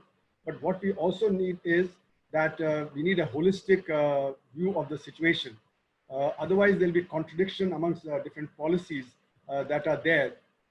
And we need to push alternative, but how do we do that? We need to regain control of our policy space. Our policy space has been crowded by international finance capital, which has increasingly, captured our space. So, what IMF, World Bank, credit rating agencies say has become more important than what the poor people in the country, the marginalized sections have to say. And that's why fiscal deficit and controlling the taxation become more important than spending for the poor people, for the social sector, and such like things. International financial architecture is very important in this context because that is what allows capital to move very rapidly, and that is why various national governments in the world, they have marginalized the labor and working classes. Like we've seen in Europe, there is a race to the bottom in taxation, and when the government is short of resources, social sectors don't get funded adequately. And what we've also seen is that there is BEPS, base erosion profit shifting, because of the international financial architecture. So there are 90 tax havens through which funds are moved, and unless we are able to do something about it, there's a lot of flight of capital from India also. And the moment you try to tighten up, capital begins to move, and therefore that marginalizes labor. So we need to look at the international financial architecture also very carefully and see what we can do about it. Otherwise, we will not be able to regain policy space for the kind of policies that we want to do. And in addition to whatever I've said, we need to consider decentralization, which Ashok talked about.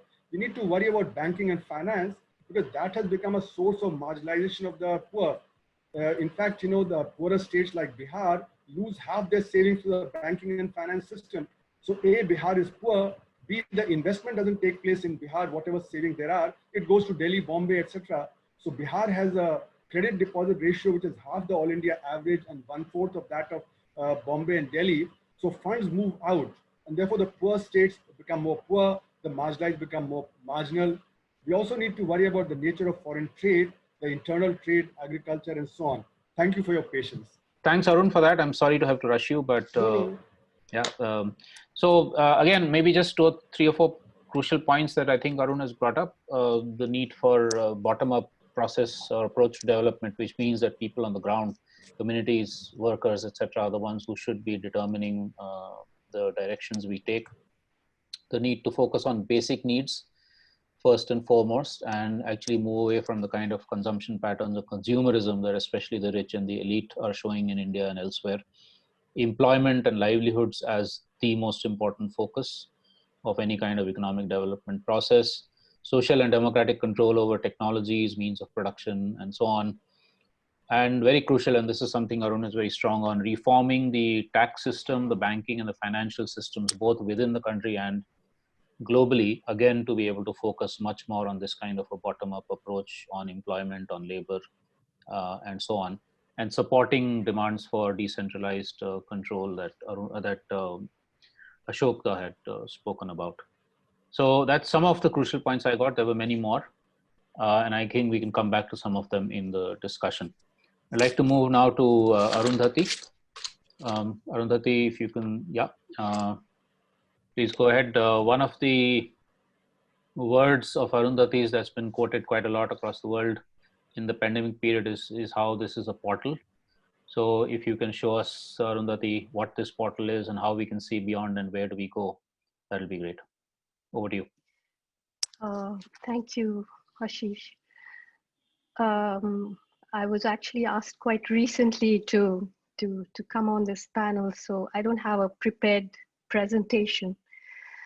But I think, what Ashok Kumarji said, what Ashok Chowdhury ji said and what Arun Kumar said are things, and what you have said over the years, Ashish, regarding the environment, regarding labor, regarding the economy. These are things that we have collectively said for a very long time, and collectively have been, in terms of what is actually happening to this country, these views have been trampled upon and sidelined until we have come to this crisis.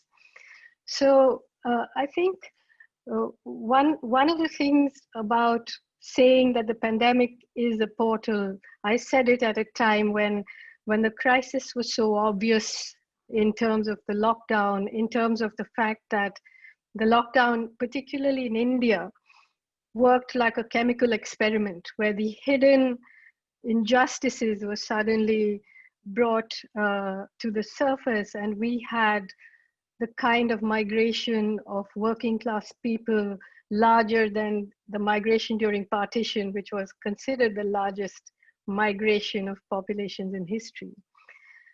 But we also saw that we had a prime minister who didn't seem to know which country he was prime minister of.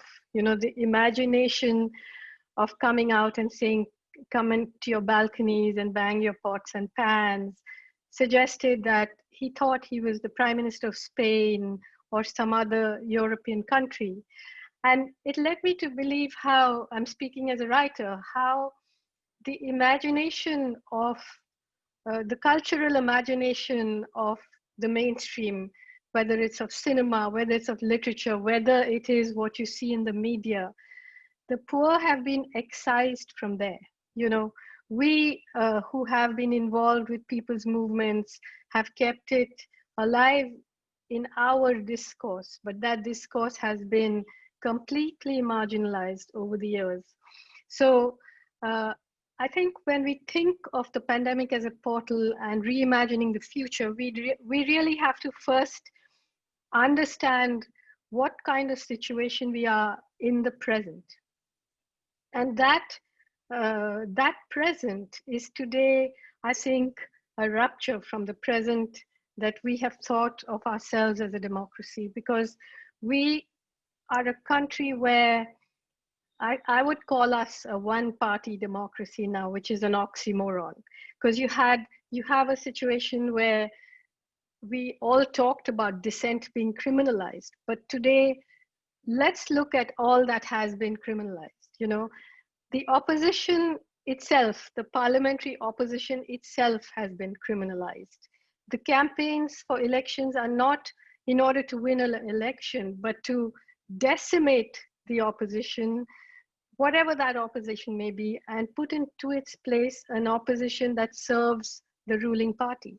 So the years of, when the Bahujan parties came up, they were disempowered by privatization, by the privatization of policy making itself. And now most of the leaders are either in jail or threatened by criminal cases. The Congress, which of course laid the ground for the situation we find ourselves in now, is whatever it is. So what are we, I mean, where are we to turn our energies? This is very important. I feel that one of the best things about this session and the sessions that preceded it is the return in some ways of the idea of people's movements, which were marginalized in a very serious way in 2011 during the anti-corruption movement, when Anna Hazare and the Aam Aadmi Party sort of co-opted people's movements and then dumped them, kind of discredited them and dumped them. And there was a moment when we were all lost. But today I feel that this ruling party that we have, what all has it criminalized and destroyed? It's destroyed, as I said, the opposition. It has, we in the 60s and 70s were talking about revolutionary movements, asking for justice, asking for the redistribution of wealth, asking for land to the tiller. Those were smashed in various ways. Then we came to the period of the Narmada movement, where we were reduced to asking for people who had a little bit of land not to be displaced. So the idea of justice shrank to the idea of don't displace people. Now we are reduced further to begging for our citizenship, and reduced even further to watching our comrades one by one being picked up and put into jail, of being not even as political prisoners, but accused of murder and so on. So and then what we have not talked about at all in this session anyway is look at what's happened. Of course, look at what's happened to federalism, look at what's happened to the universities, but mostly look at what has happened to the media, social media, as well as the mainstream media. Television presenters became demagogues, and now they are really, in my opinion, just criminals, heading lynch mobs in TV studios. And this has marinated the imagination of this country. We know that only 17% of the population voted to bring this massive majority of the BJP into parliament. But the fact is that we created alternative medias on the internet where we talk to each other, but those have been sealed off. So now there's no real possibility of conversation between those that believe in one kind of reality and those that have constructed another kind of reality. So we, and then we, as Priyadarshini said right in the beginning, we are guilty of, while paying close attention to our own rights, to our own land rights, to our own human rights violations, we have watched since 1947, while we called ourselves a democracy, there's not been a single day when the Indian army has not been deployed against, quote unquote, its own citizens. So today we are in a stage after August 5th last year and the abrogation of Section 370, when the Home Minister and Parliament openly said, now we're going to take Pakistan occupied Kashmir and Aksai Chin. Today we are in a position where while the economy has shrunk and the GDP is minus 23% officially, when unemployment is and hunger and education, everything is in crisis, and India is having to have a battle-ready army deployed at high altitudes over a 3,000-kilometer border. There isn't even money to keep them in warm clothes, whether there's a war or not. We have been led into this abyss of militarism, which will then invite us to genuflect for help before the United States. So we are wading into being colonized in the way of new neocolonialism once again. So what do we turn our energies to now? Because I don't see that we can hope that elections are going to change the situation we find ourselves in. We are in a situation of complete fascism. I just want to read a paragraph from, we are informed of these things by the government in midnight tweets. So the UP government, who set up a new sort of paramilitary force, says any member of the force can, without the prior permission of any magistrate and without any warrant, arrest any person, and that separate rules for this section will be framed. So we are living in extremely dangerous times where the ideas that we have and hold dear are being eroded to a point where you have 7 million people in Kashmir who have been shut down, whose internet has been shut down, who live under a military occupation, who have been silenced. And you have so many lakhs, 20 lakh people who've been taken off the National Register of Citizens who long to belong to this country, right? And who are now living through one of the worst floods you can imagine, who have lost their homes, their hearts, their islands on which they live, their livelihoods. And yet you have a situation where every day, our freedoms are being taken away, but the imagination of people has somehow been captured, and that is what we have to understand. What is it that makes people vote against their own interests, against their own hunger, against their own erosion of their own dignity? Towards the end of the Third Reich, when Hitler had taken over the decision-making process of the army, like he was a hands-on military leader, and Stalingrad had stood up, and the Nazi army was retreating, the Red Army was following it. The Red Army was entering Germany, and still people said, the Nazis may have let us down, but Hitler is wonderful. So we need to understand the psychology of what's going on here. We need to understand how big technology is hard at work in really making people crazy, because one of the ways in which you can assess that is that people no longer are even aware of the attack on their own dignity and on their own ability to survive. That's roughly what I have to say. Thanks, Arundhati.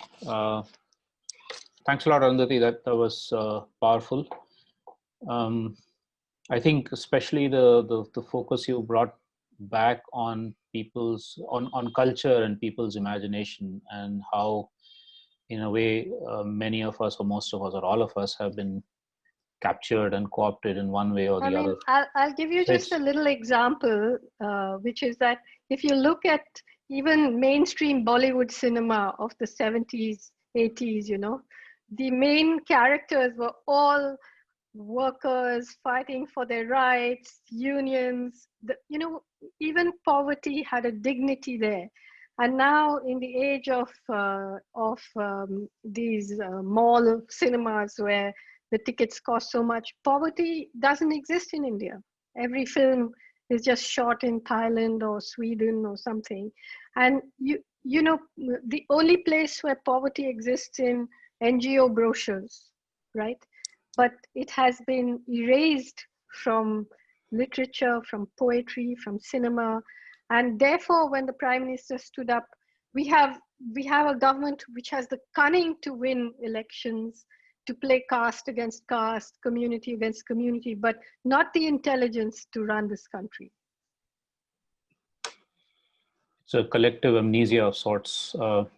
Yeah, very well said. And I think also the focus that you brought on the media, on technology, and on bringing the plight of a very large, probably the majority of Indians or majority of people around the world back into our thinking and our imaginations. This is very, very crucial for the and the politics reimagining. the politics of working outside of the framework of elections. Yeah. Pinning our hope on elections is going to get us nowhere, because there isn't a political party that is standing up for the things we believe in or the things that will save this country and its people.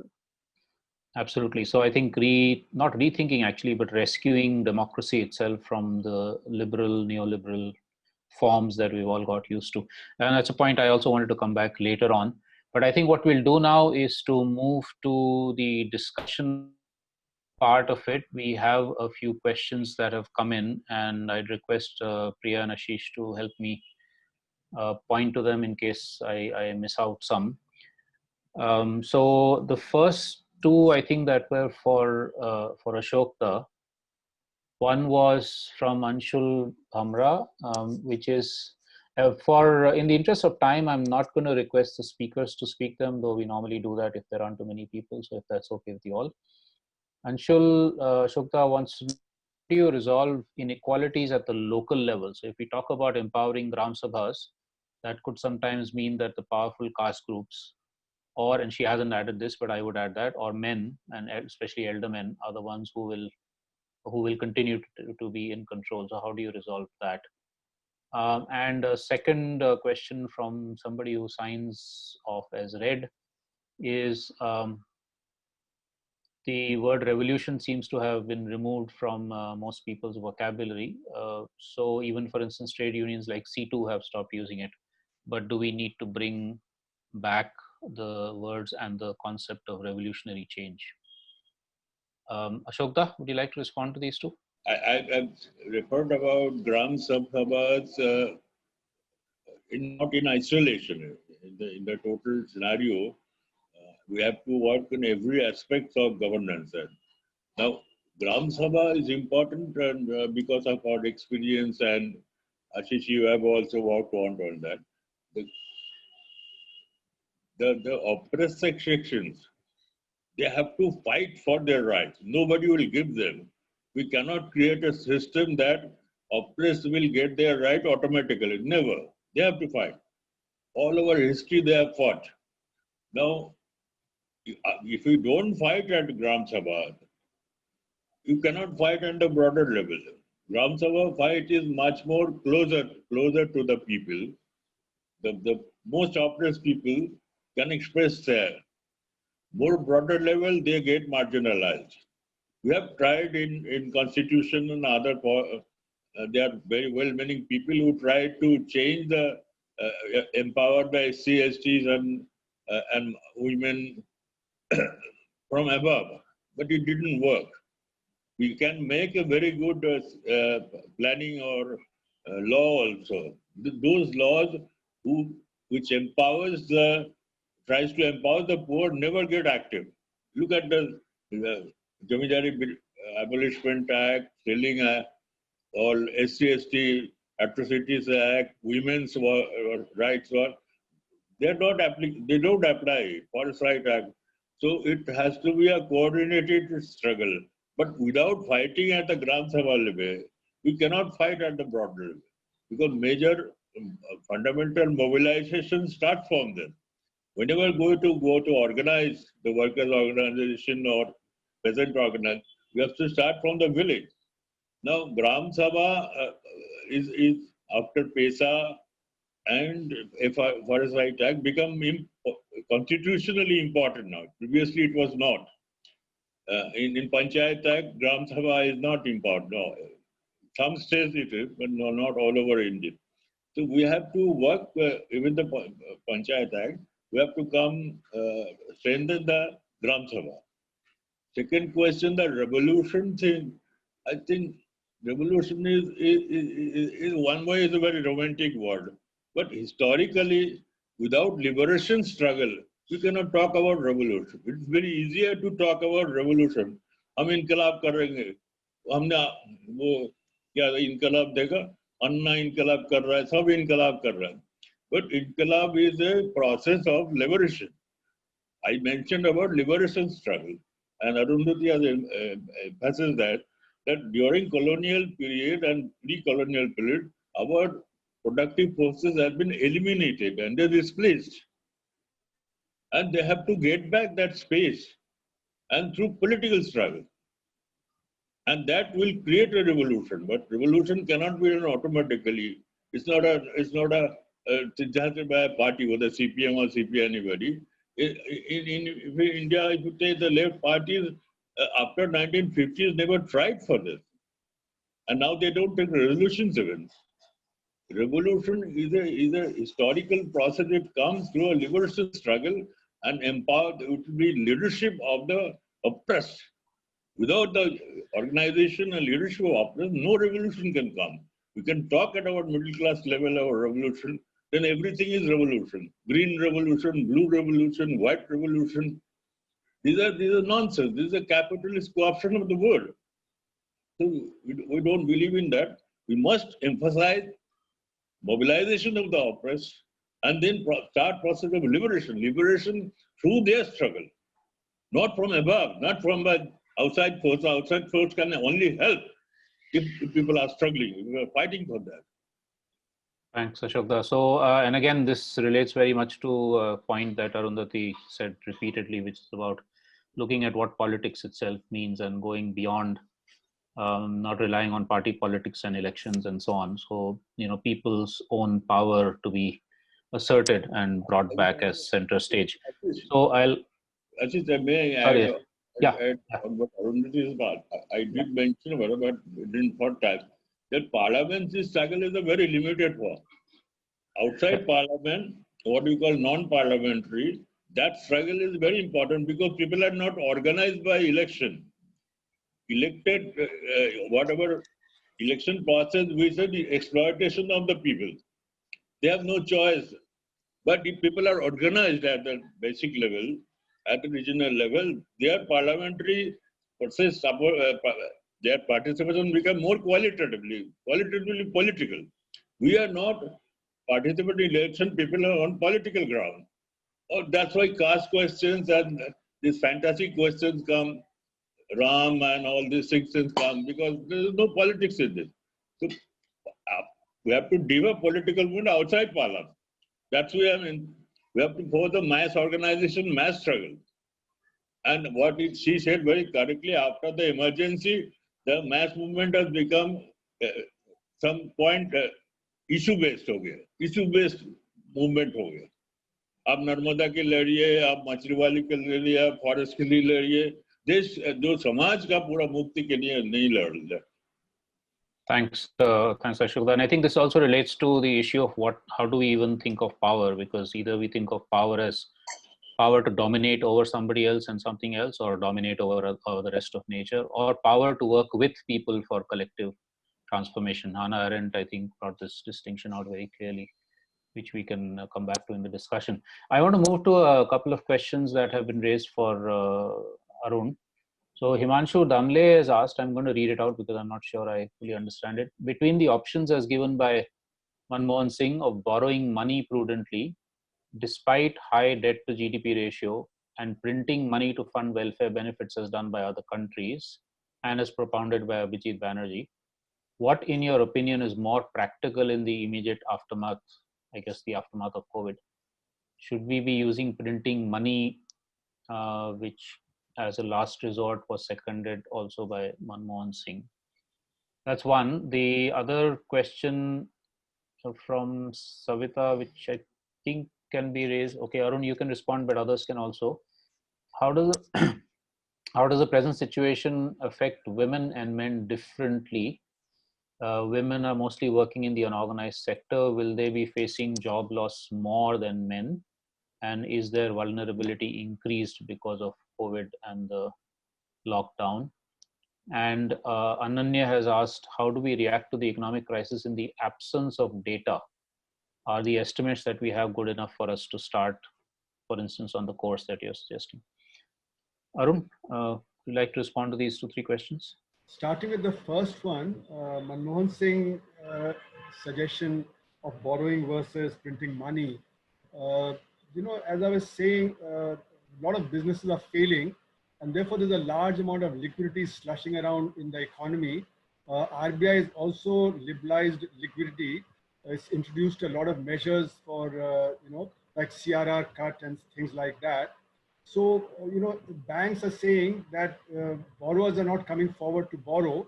So they're parking 8 lakh crores of funds with the RBI to earn reverse repo. That means the banks have surplus funds which can be borrowed. The wealthy in the country have surplus funds that can be borrowed. And I've been suggesting that there be a COVID bond, which the banks can subscribe to and which the wealthy can subscribe to at a rate slightly higher than the reverse repo rate. And the RBI can cut the reverse repo rate further so that the rate of interest at which the government borrows is less. So as I was saying, there was not enough time. The country will lose roughly 50% of the tax collected in 2019-20. So that's about a 15 lakh crore shortfall in resources. Plus there'll be additional expenses that the government will have to bear for the survival package, which will be, to take care of the poor who've fallen below the poverty line, to take care of the pandemic, and to take care of the cottage sector, which is also failing, as I argued. The cottage sector is really huge, in the MSME, which is called micro, small and medium sector, 99% units are micro units.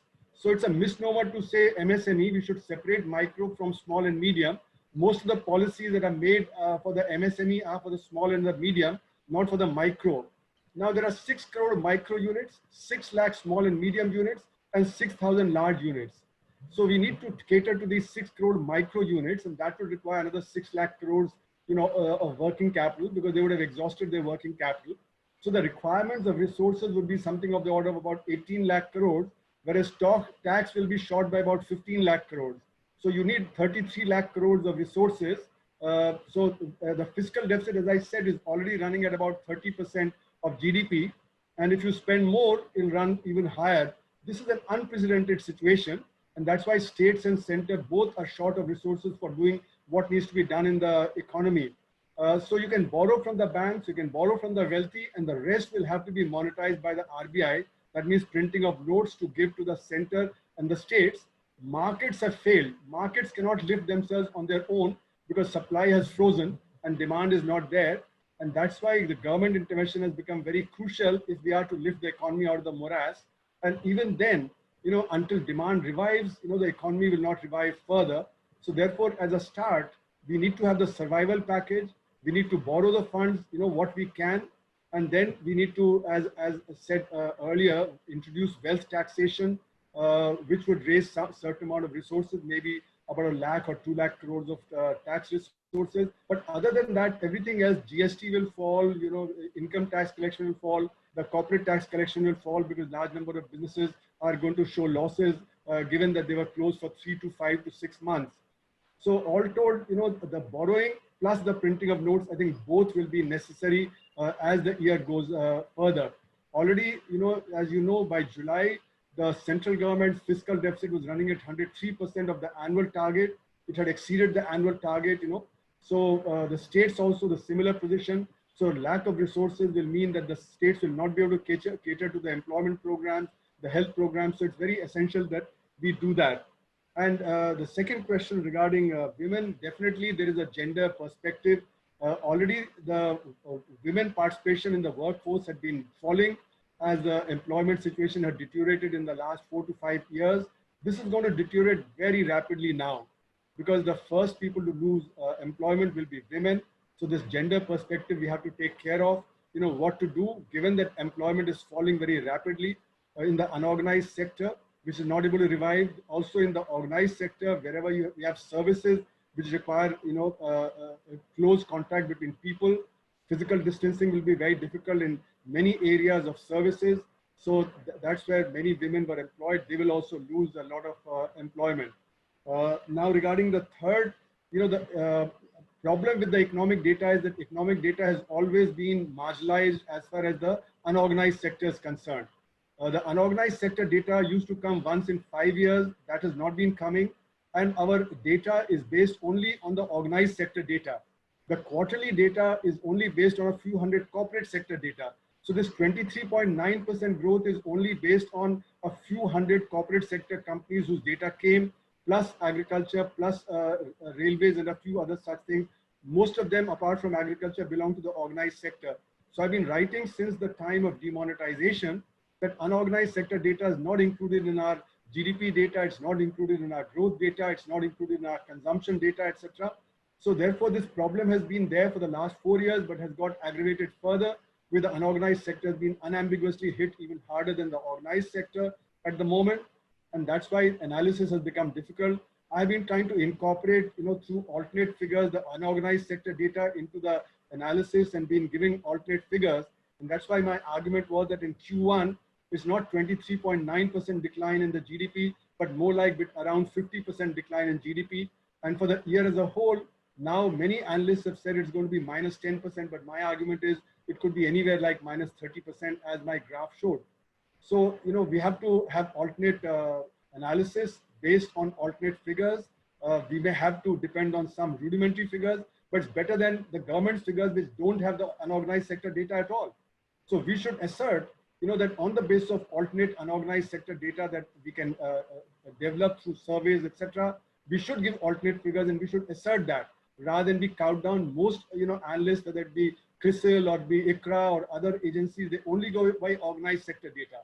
So we should, challenge that, that's part of building resistance. That's part of building movements that, we should go to people with alternate data and say, this is the reality.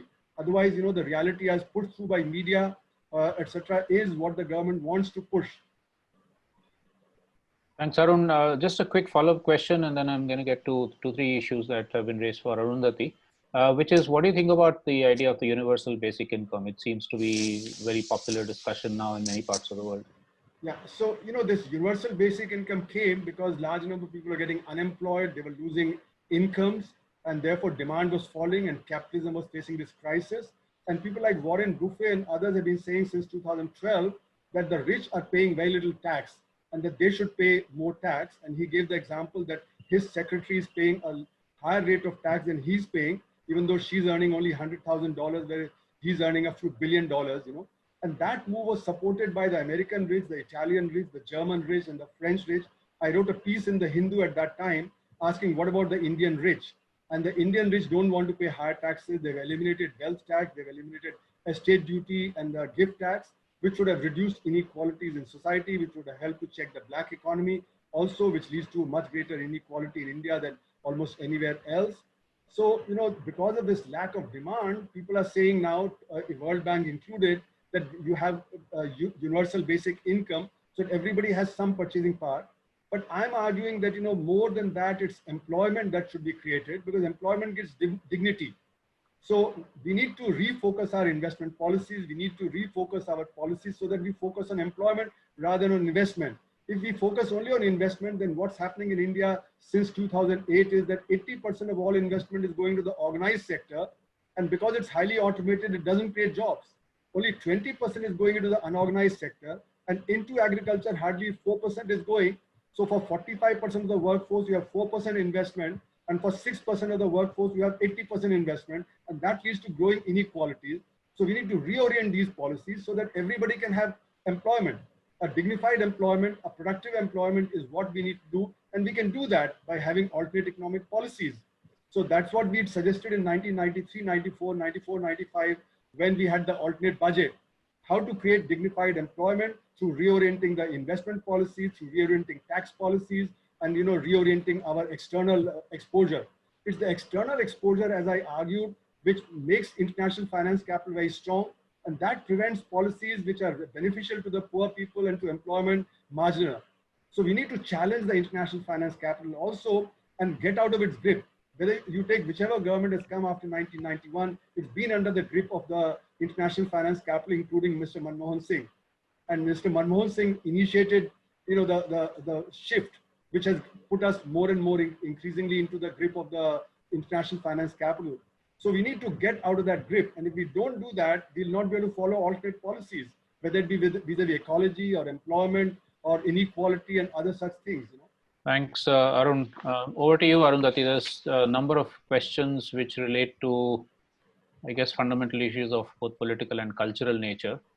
So, for instance, Senku has asked, how does one defeat a fascist regime in a situation where, and I think in the chat box, number of people have said that a large number of people, the so-called masses, seem to be supporting it, even though, as you said rightly, it may be doing things which are even against their own interests.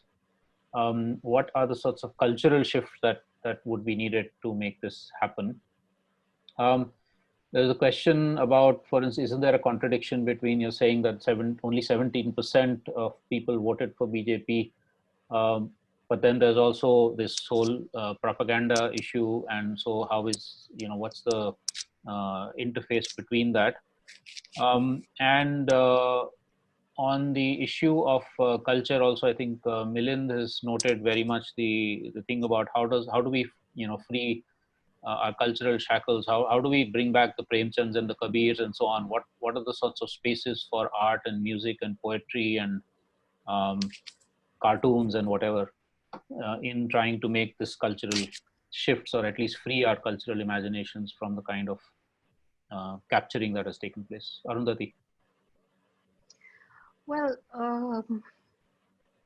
how to defeat the fascist regime, I don't think, there's any easy answer to that question, because what we are looking at is, like I said, this kind of absolute, the destruction of every single supposedly democratic institution in this country, and each of them, whether it's the media or the courts or intelligence agencies or the police or the universities, have now been penetrated with the ideologues of the RSS, which is a fascist organization.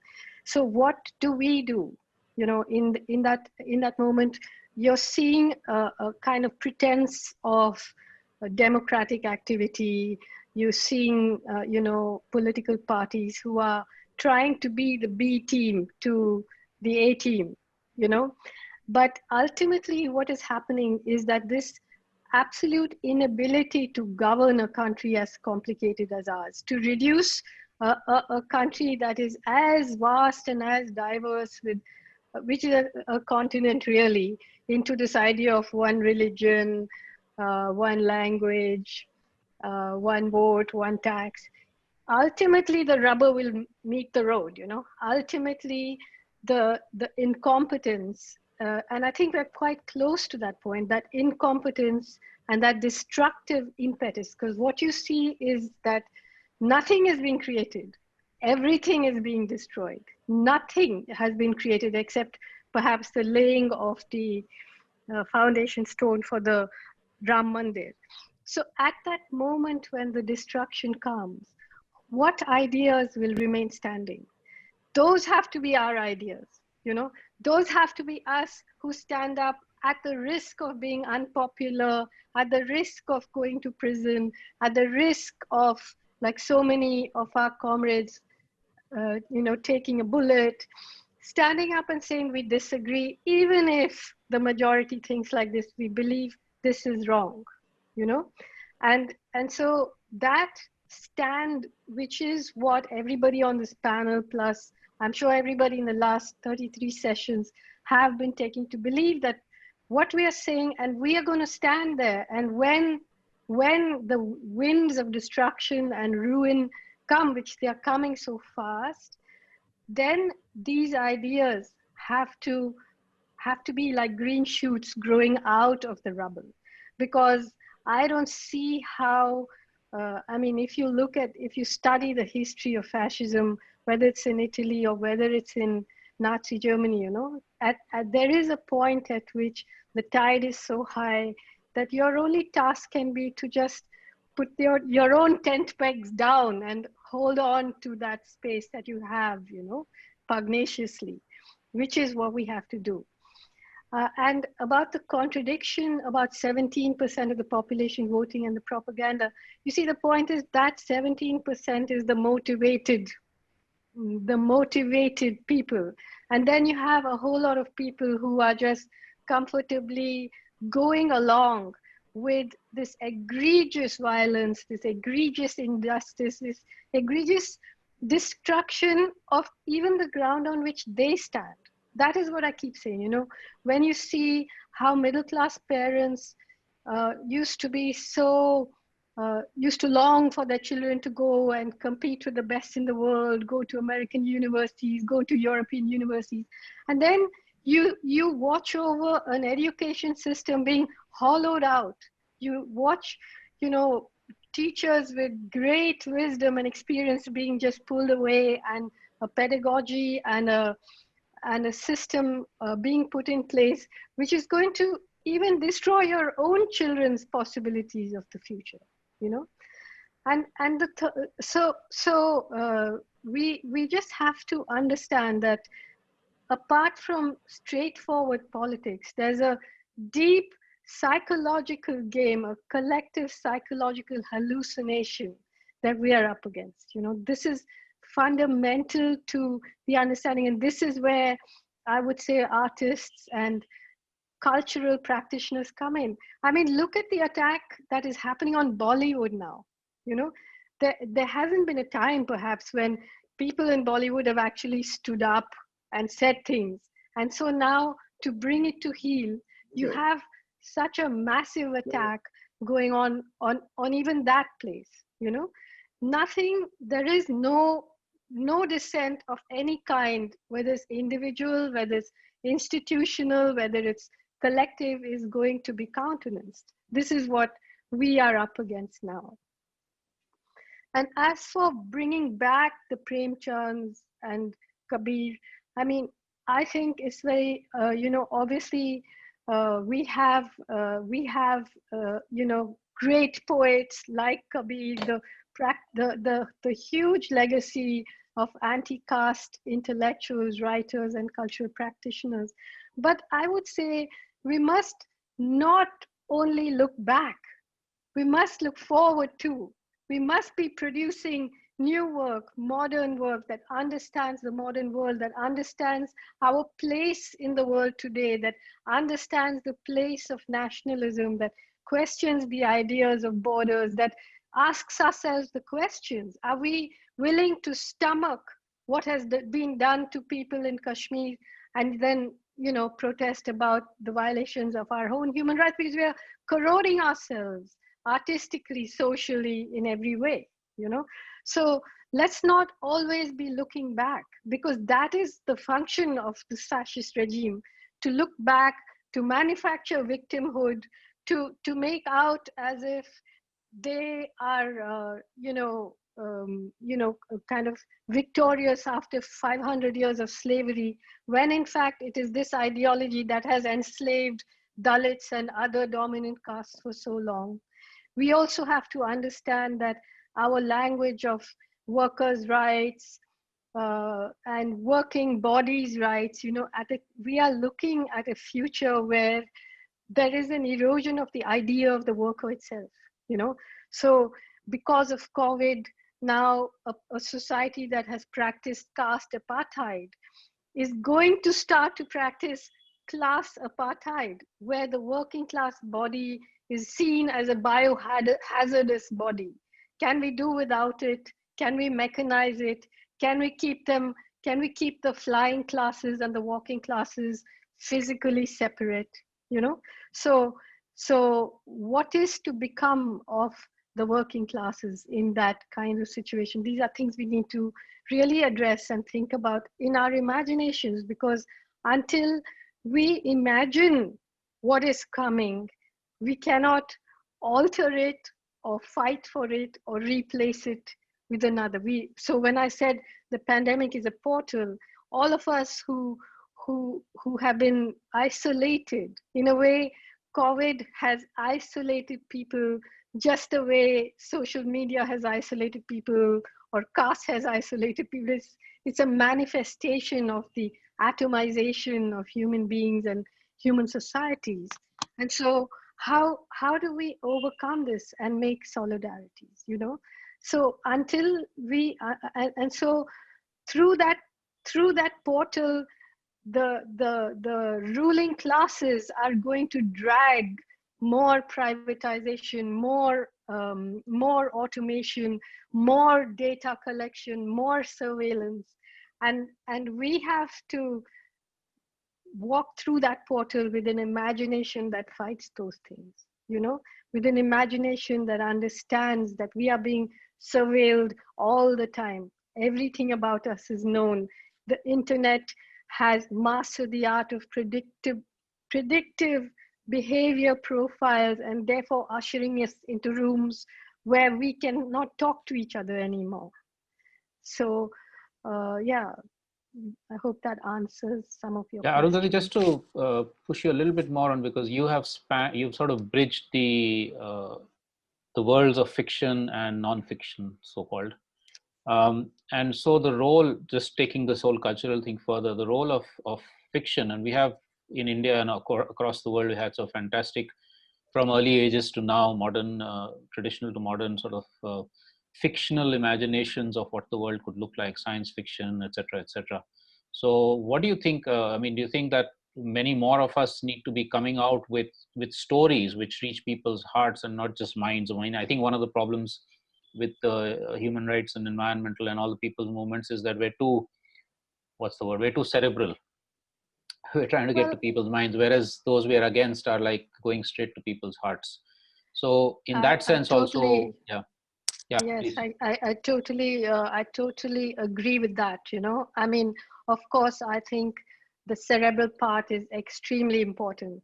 You know, the facts on the ground are extremely important, and it's extremely important for us to insist that there is an objective reality. It's not that everything is, you know, everything has an alternative. And I think that living in this era of fake news, this is the problem. We know that fake news travels much faster than real news, but we've become like people who are trying to find our way through the forest, but the trees are also moving, and the trees are strange. You know, the mango tree is producing pineapples, and the banana tree is producing jackfruit, and all the coordinates are muddled up, you know. But we must insist that there is a forest, those trees are stationary, and the mango tree produces mangoes, you know. We've got to stay there. But yes, I completely agree. I mean, I, as a writer, early days, have been attacked endlessly, a lot of the time, by men saying that, oh, you know, there's no place for emotion. There has to be this academic reason. But if we don't have emotion, if we don't have passion, if we don't take risks, if we don't aim for the heart, we're lost, finished. There's no question about that. Thanks. And as Lalita rightly points out in the chat, very much also to be able to reach across to children and young people. Over to Ashok, two issues for you. Ashok, first, I think you also wanted to comment on this cultural issue, so please do. But also a question that's very specific, but is also very broad, which is that, for instance, even somebody like Kanhaiya Kumar lost in an election in a constituency which was largely composed of working people, or working class, so to speak. So how do you break this conundrum? If you can respond to that also, which again goes back to the whole issue of how do we even think of or imagine or reimagine politics. So Ashok. Culture के बारे में मैं कहना चाहूँगा कि cultural movement vacuum में नहीं होती, और हमें मिडिल क्लास को इस बोझ से उतर देना चाहिए कि हम ही करना है. हर मूवमेंट में कल्चरल लिटरेचर ग्रो करते हैं. आज भी हमारे गांव में, देश में बहुत स्ट्रगल हो रहा है जो शायद रिपोर्टेड नहीं है. उन सारे मूवमेंट में नए नए रचनाएं आती है, गाने आते हैं, कविताएं आते हैं, और उसको कोई डॉक्यूमेंट नहीं होता, ओरल हिस्ट्री में है, ओरल में है. और अच्छे कल्चरल प्रेमचंद से लेके टैगोर उन पीरियड्स में, और बाद में हम लोग दुष्यंत उनको देखते हैं कि जो समय की पॉलिटिकल स्ट्रगल जो थे उससे निकलते हैं, एब्स्ट्रैक्शन में नहीं होते.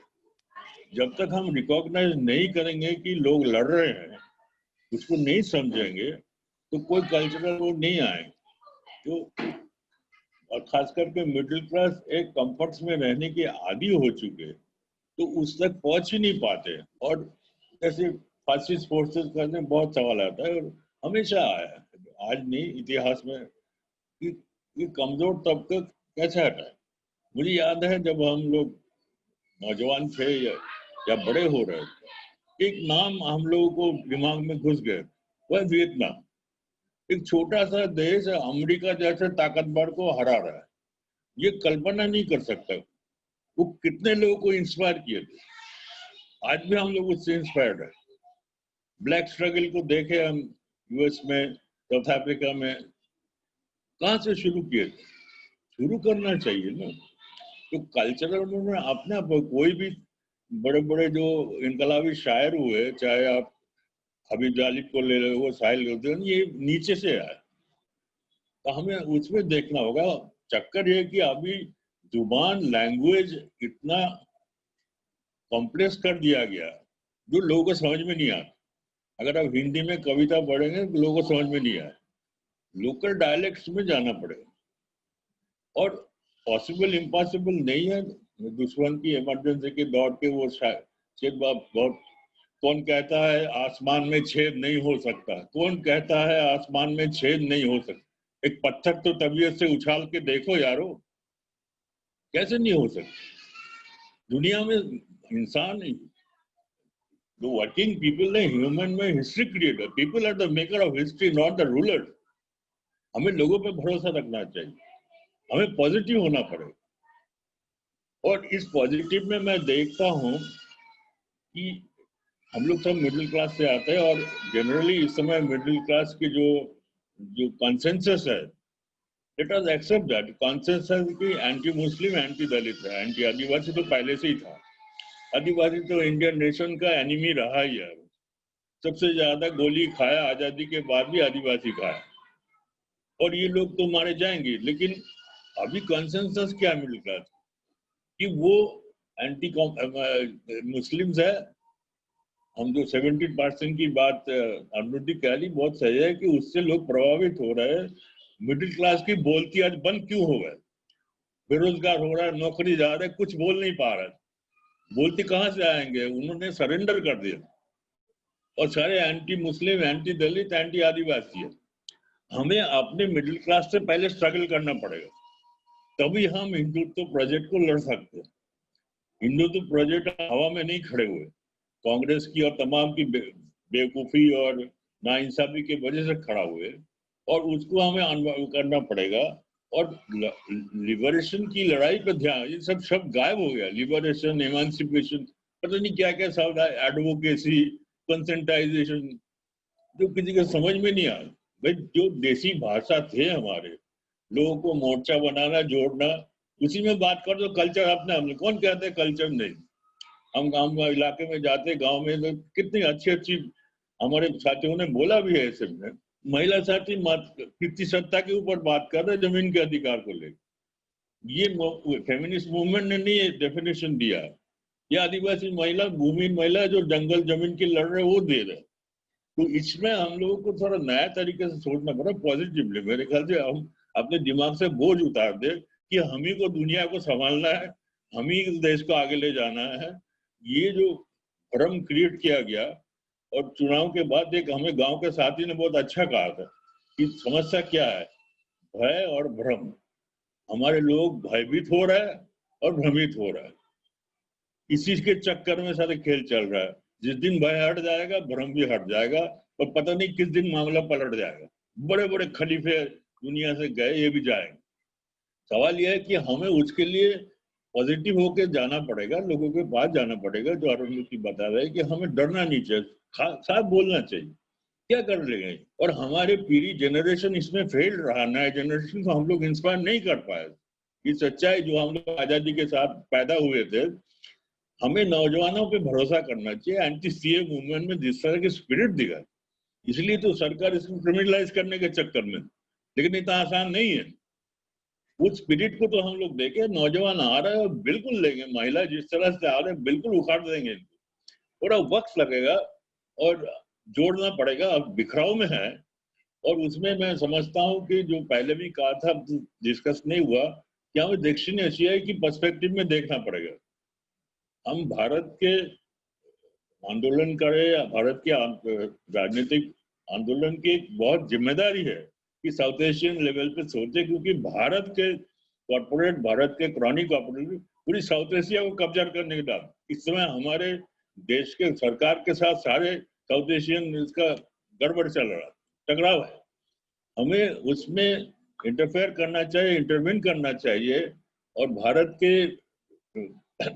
मेहनत का श्लोक और पॉलिटिकल मूवमेंट्स को साउथ एशियन पर्सपेक्टिव में देखना चाहिए। एक तो इकोलॉजिकली, एनवायरमेंटली बहुत इंपॉर्टेंट, इसका पॉलिटिकली भी इंपॉर्टेंट, क्योंकि साउथ एशिया दुनिया में सबसे गरीब रीजन है और सबसे ज्यादा संपदा है। हमें संपदा के सामाजिकरण की तरफ ध्यान देना होगा। ये बीजेपी के वजह से नहीं है। एग्रीकल्चर को जो हम देख रहे हैं, एग्रीकल्चर की कमोडिफिकेशन तो बहुत पहले शुरू हो गई, 64 में से शुरू हो गया, ग्रीन रेवोल्यूशन से शुरू। क्या है? सिर्फ प्रोडक्शन है और स्टॉकिंग है। गोडाउन में हमारे इतने अनाज है, ये काफी है। उसमें हमारे पूंजीवादी खुश है कि देश में भूखमरी नहीं होगी, हम संभाल लें, और ये चल रहा है। ग्रीन रेवोल्यूशन से शुरू हुए, आप देखिए कितने लोग जमीन से छूट गए ग्रीन रेवोल्यूशन के बाद, जो टॉप प्रोडक्टिव एरिया है। तो हमें इतिहास को समझ के एक पॉजिटिव अप्रोच लेना है, लोगों के साथ जुड़ना पड़ेगा। आज बहुत मुश्किल हो गया लोगों के साथ जुड़ना।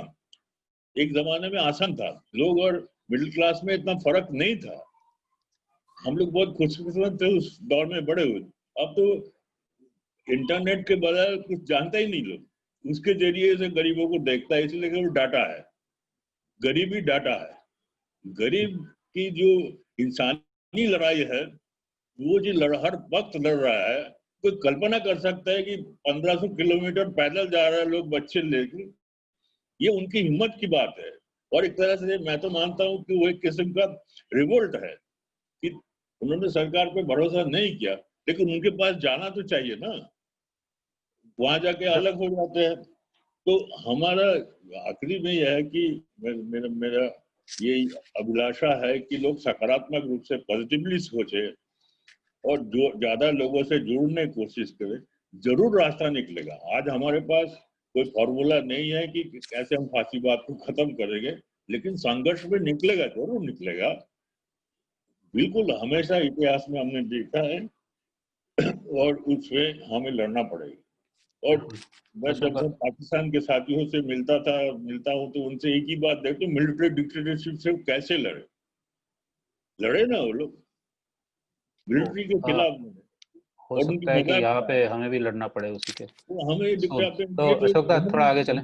मोदी का हम प्राइम मिनिस्टर क्यों बोल रहे हैं? ये जनरल है, ये क्रूएल जनरल है, मजे मार रहा है, उसे दुनिया में क्या हो रहा है कोई मतलब नहीं। ठीक है अशोक दा, थोड़ा आगे बढ़ते हैं क्योंकि अभी और 2-3 सवाल हैं, उसके बाद वी वांट टू। अशोक दा आगे चलें। एक लाइन बोले खत्म करता हूँ, आगे बोलूंगा नहीं, सॉरी। कि जब तक हम हिंदुत्व प्रोजेक्ट को डिसमेंटल नहीं करेंगे पॉलिटिकल लेवल पे, बाकी स्ट्रगल पीछे रहेगा। हम जो भी जल जंगल जमीन की लड़ाई लड़ रहे हैं, उसके साथ पॉलिटिकली इस बात को हमें कहना पड़ेगा। ये जो नया भारत का धंधाबाजी चला रहा है 5 अगस्त के बाद से, एक 5 अगस्त कश्मीर को लूटा रहा है, जिसको लूट रहा है, इसको डिसमेंटल करना पड़ेगा पॉलिटिकली, आइडियोलॉजिकली। और तब उसके बगैर हम इसको अपने स्ट्रगल को क्वालिटेटिवली आगे लेके नहीं जाएगा। शुक्रिया। ठीक है, धन्यवाद।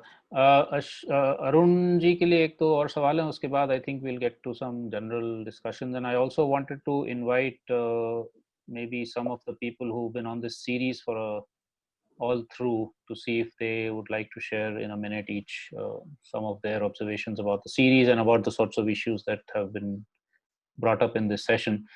Arun, there's a question about some confusion saying that if the market, on the one hand, the market cannot lift itself up, which means there's a design flaw in a fully market-based economy. On the other hand, that we need employment, which is dependent on the market. So how do these two things fit together? And also, if you want to deal with a question that I think is also fundamental, and maybe all three speakers can come into it, is about the fact that all of us are also leading lives that are in some way or the other supporting capitalism. whether it's, for instance, even using Zoom right now for this discussion, does support some sort of capitalist structures and the kind of things we buy in the market and so on and so forth. So would you like to tackle these two questions, Arun? Okay, so the idea of the market, if you look at the neo-classical literature, markets fail in a wide variety of ways. It's not that markets are optimum for society, and that's why the role of government is defined as intervention where the markets fail. So whether it be in the case of merit want like education and health, or where there are increasing returns to scale or public goods and so on. And increasingly, therefore, what has happened is that as societies have become more complex, there are more and more areas of market failures where government intervention has become more important. So in my Black Economy book, I mentioned that in 1870, the size of government in the OECD countries was 13% of GDP, but by 1970, it had become 40% of GDP because more and more areas were where the markets could not provide. Now, what I was arguing is that the pandemic froze supplies and also created a massive demand issue, and these two the markets cannot deal with on its own. So therefore, today market failure has become even more and more important than what it was pre-pandemic, and that's why the role of government has become very critical. Say, for instance, in the area of health, private hospitals and private sector is profiteering on the pandemic. And the burden has fallen on the public hospitals. And the public hospitals, because we have decimated them in the last 25 years since the new liberal policies were introduced, they're not able to cope with the problem that confronts us. So, the importance is that, government intervention is needed, especially in times of crisis and in normal times because of market failure. That gives you employment. So it's not that the markets give employment. Markets, through the use of technology, through automation, actually can kill jobs. And that's what I was pointing out, that, the new normal would be a lot more use of technology in various sectors. Also the promotion of e-commerce, e-banking, etc. So for instance, you've seen in the case of, the last 5 months, Amazon and others are doing very well. Their share prices have risen. The stock market in America is rising because of these artificial intelligence companies. In India also, it is these companies, and for instance, Reliance shares have been shooting up because people realize that Geo platform is the one that's going to prevail, and therefore all the big American companies are trying to jump on the bandwagon and putting money into Reliance and Geo. So what you will see is a lot more unemployment created by technology, and that's what the market will do, and that's where the state would have to intervene to generate jobs. If the state does not intervene, the government doesn't intervene through various schemes to create jobs. For instance, we have a rural employment guarantee scheme. Currently, if 80 crore families are below poverty line, we need a far larger rural employment guarantee scheme than is there. We have only increased the allocation to MGNREGS by 40,000 crores, whereas what we need is at least 4 lakh crores. And similarly, we need a urban employment guarantee scheme. I've been arguing for an urban employment guarantee scheme since last year, when the data on unemployment came, and we realized that a lot of women have dropped out of the workforce altogether, and a lot of men have also lost jobs.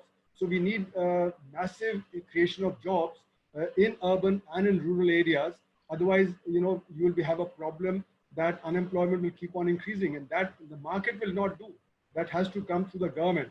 So market failure is very widespread now. It has been increasing in the last, say, 10 years. And therefore, the role of government has become increasingly more important.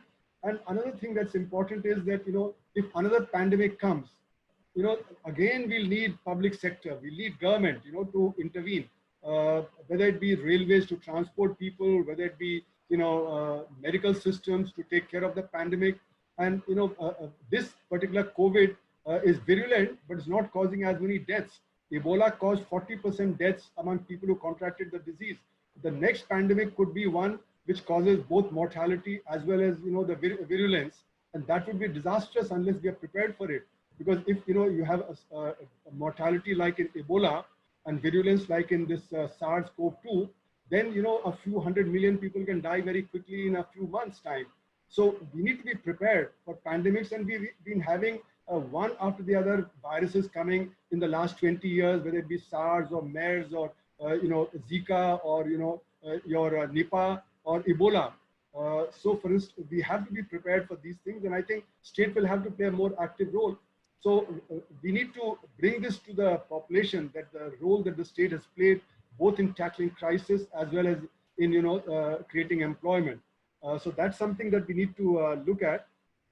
And of course, we are part of the capitalist system. Whatever we do supports the capitalist system. The strings of capitalist system run from Washington down to Bastar.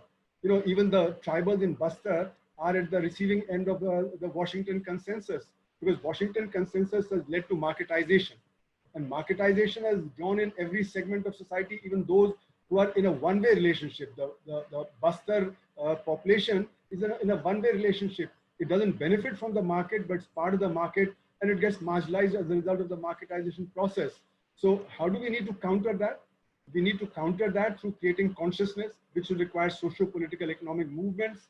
Without those socio-political economic movements, it's not going to happen. But I'd like to add here one thing that is very essential is the education. The education system, we need to look at the content of education. It's not good enough to say more education, but the content is very important. The content could be that it promotes capitalism, it reproduces feudal relationships, it reproduces short-termism, it reproduces consumerism.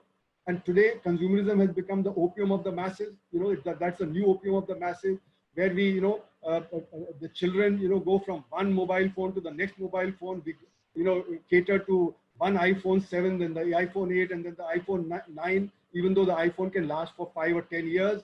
You know, we go for one car model, next car model, and that's coming from our education system, from the notion of success. But in India, what has happened is that our education system is so poor that we don't get the children to understand their situation. They are also desperate because jobs are not there, you know. So combine the two, you know, the desperation because the jobs are few, their aspirations are not being met, and the understanding that is not being given by the system of education of society. And therefore they start harking back to a glorious future.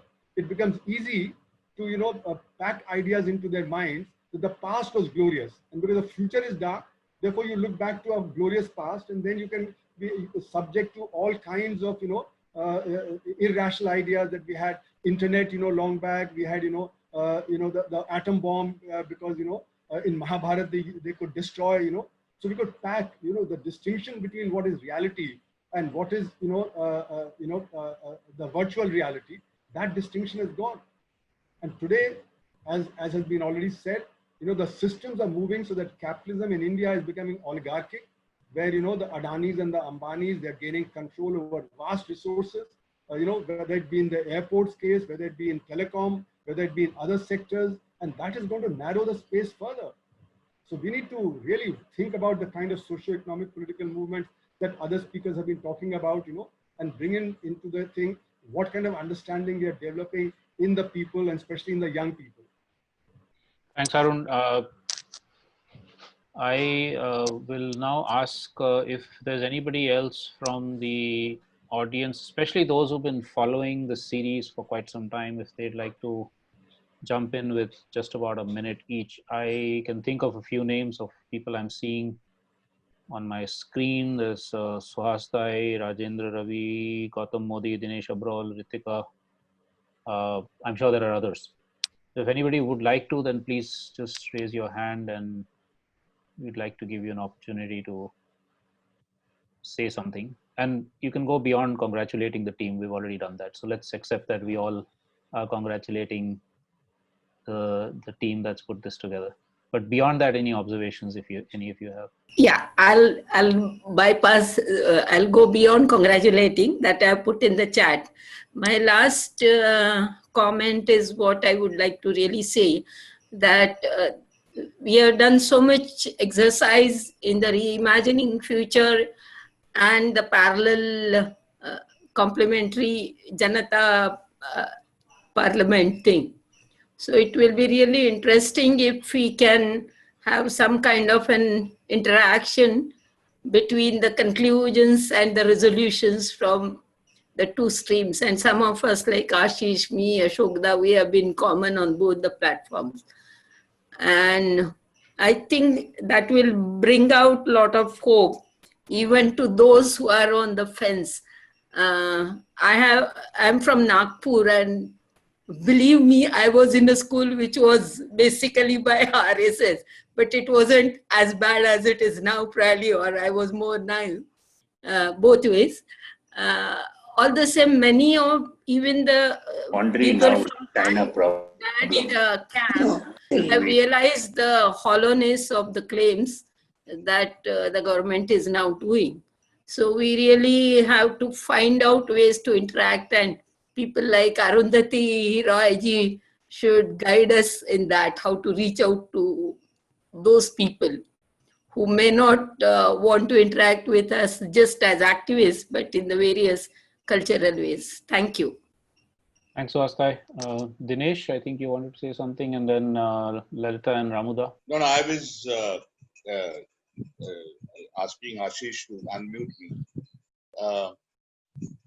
See, I think I really don't think that if we have to learn lessons from the history of how fascism was defeated, we are reaching the correct conclusion as at the moment here is under discussion.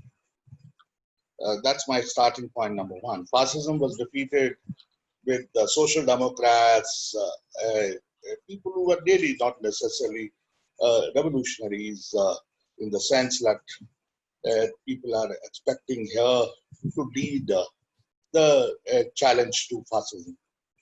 Number one point. Number two, I don't think everybody in the opposition is a B team. In fact, that would be running down our own selves, what we have to defend, or where we even actually have shown actually an alternative, even in dealing with COVID, even in dealing with the building solidarity. And there are a sufficient number of examples from Kerala, and it's led by, at the moment, an LDF. I don't know whether one can call it a B team. I would differ. I would back to differ very well. I would like to build a larger, broader alliance around a vision, strategy in which there are lessons from the history, lessons from present. And I have discussed it in the previous discussion. And I would like to take it forward that way and not really run everybody down. And I don't think that's going to give us the pathway. Thank you. Thanks, Dinesh. Ramuda, Lolly. Lovely to see you all, and it's been a great session. Ramu has just gone out to attend to a phone call, so let me just see whether I can, I've sent you actually individual messages as well. Basically, we've been part of these sessions as also the Janta Parliament. The one thing that we have been feeling that, in total agreement, obviously, with the main recommendations, the discussions, and how we want to move ahead. And what I'm calling an elephant in the room that we're all tiptoeing around is the entire question of military budgets, military expenditures, the kind of, where are we going to actually then locate the resources that we are correctly saying need to be, allocated to all the other sectors. So I believe that a future set of these dialogues actually need to talk about these, because Parliament is not going to discuss it. The entire question of where is national security interface with human security. And I think that unless our dialogues and discussions take this on, because even the opposition sort of dissolves into total silence and raising the patriotic flag the minute we talk of an external threat. And what has happened in the last few months with the whole China situation and so on, all we're doing is applauding the, bringing in of Rafales and all the latest equipment and so on and so forth. But we are simply not even looking at, are we preparing a white paper in the long run to look at how are we assessing both our foreign policy, our threats, which are supposed to be the military threats, also internal security issues. And I think that we have not actually talked about this. I'm not sure how exactly that's to be done. That's a basic point that we both wanted to make. Won't take too much time, but once again, this has been energizing. We've been locked down in this village for the last 6 months, but these have kept us going mentally, physically stimulating. And thank you all very, very much. Thanks, Lalita. A very, very important point that you added to the discussion. Anybody else who would like to speak? We also have guests from outside India. Some of them have been following this series regularly. I think Tove, Selin, others. So if anybody from outside would also like to, Karamat Bhai was there, but I think he's dropped out. It would have been nice to hear him about South Asian perspective. Anyone else? If you're raising your hand visibly in the window, I may not be able to see you, so it'll be good if you can raise it. Okay, I'm only going to ask those who've been regularly following this, because we don't unfortunately now have time for an open discussion. Joseph, Anthony, I'm sorry, I don't recognize, this is my shortcoming, don't recognize whether you've been regularly on this. I've been watching this occasionally, and it's been very interesting. But there are a few points which I'd like to make. One, as Dr. Arun Kumar has said,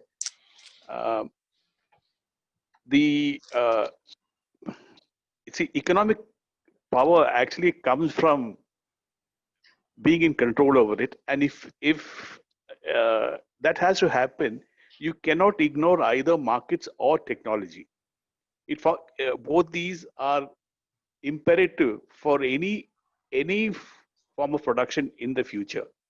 So the other point is that these are the very forces which people should use very constructively and productively in a completely disruptive manner, because technology now allows for that to happen. I mean, it is possible. In an earlier talk, I had raised this particular issue that it's possible through local level circular economies, which are completely independent of any of these it can be self-financed, locally funded. And again, I would like to say is that the technology and the ability to do that exists, so to say. Yeah, thanks a lot for adding that point. I was also going to come to that in my concluding remarks. Do we have Ritika? Sorry, Ritika is saying her microphone is off. She's saying let's keep this alliance going, which is the request she is making. Is Rajendra Bhai still here, or Gautam? Anybody else? And then I'm going to also request the three speakers for any final remarks they may have, and Joe will conclude the session. So if there's nobody else, then I'm sorry if I'm missing somebody. Organizers, please also alert me in case there's anybody else who would like to speak. So let's start winding up. I wanted to make a few remarks. None of them are going to be necessarily new, but I think just kind of talking about or thinking about what is the new imagination, a lot of which is already existing on the ground in terms of what people are doing both in resistance and in creating alternatives or sustaining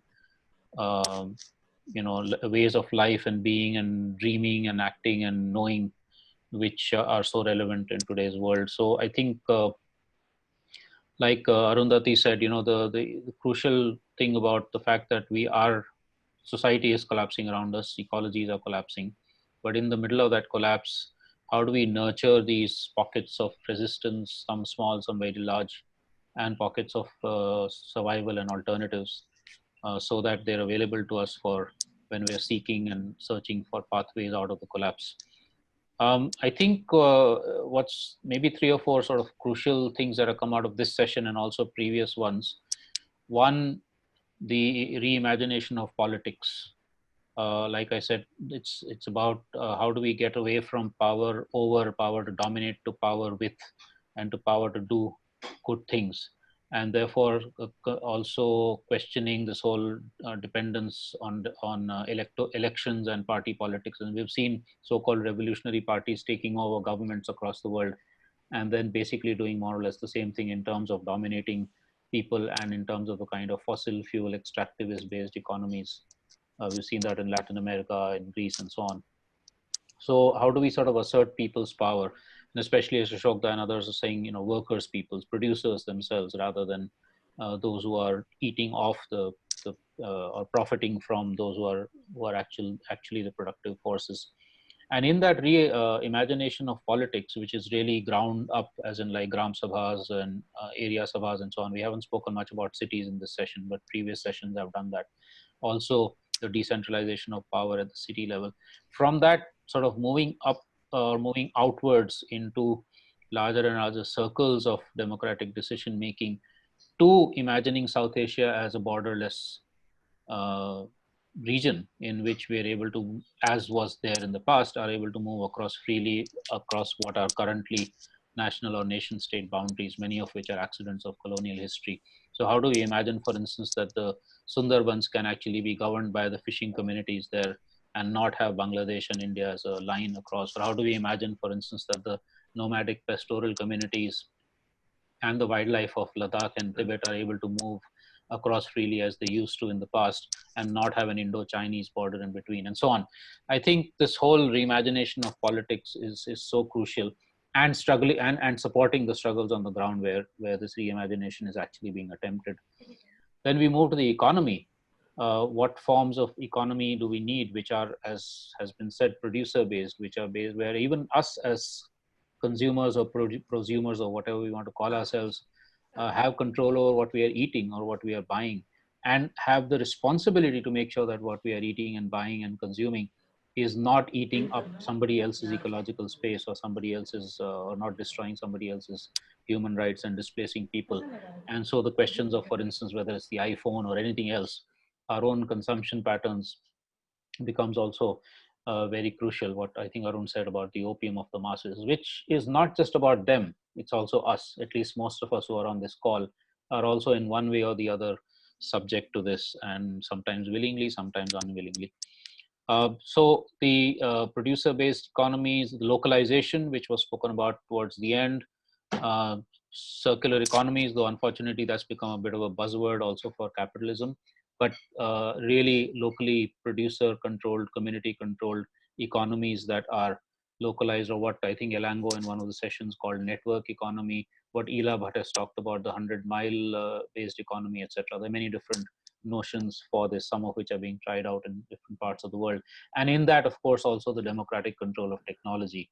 And then how do we see digital technology is in all of this, which can cut both ways, as we're seeing right now, becoming a means for state surveillance and greater control by corporations over our lives, even over our imaginaries and imaginations and what we think of as being desirable and so on, but could also be a powerful force for social mobilization.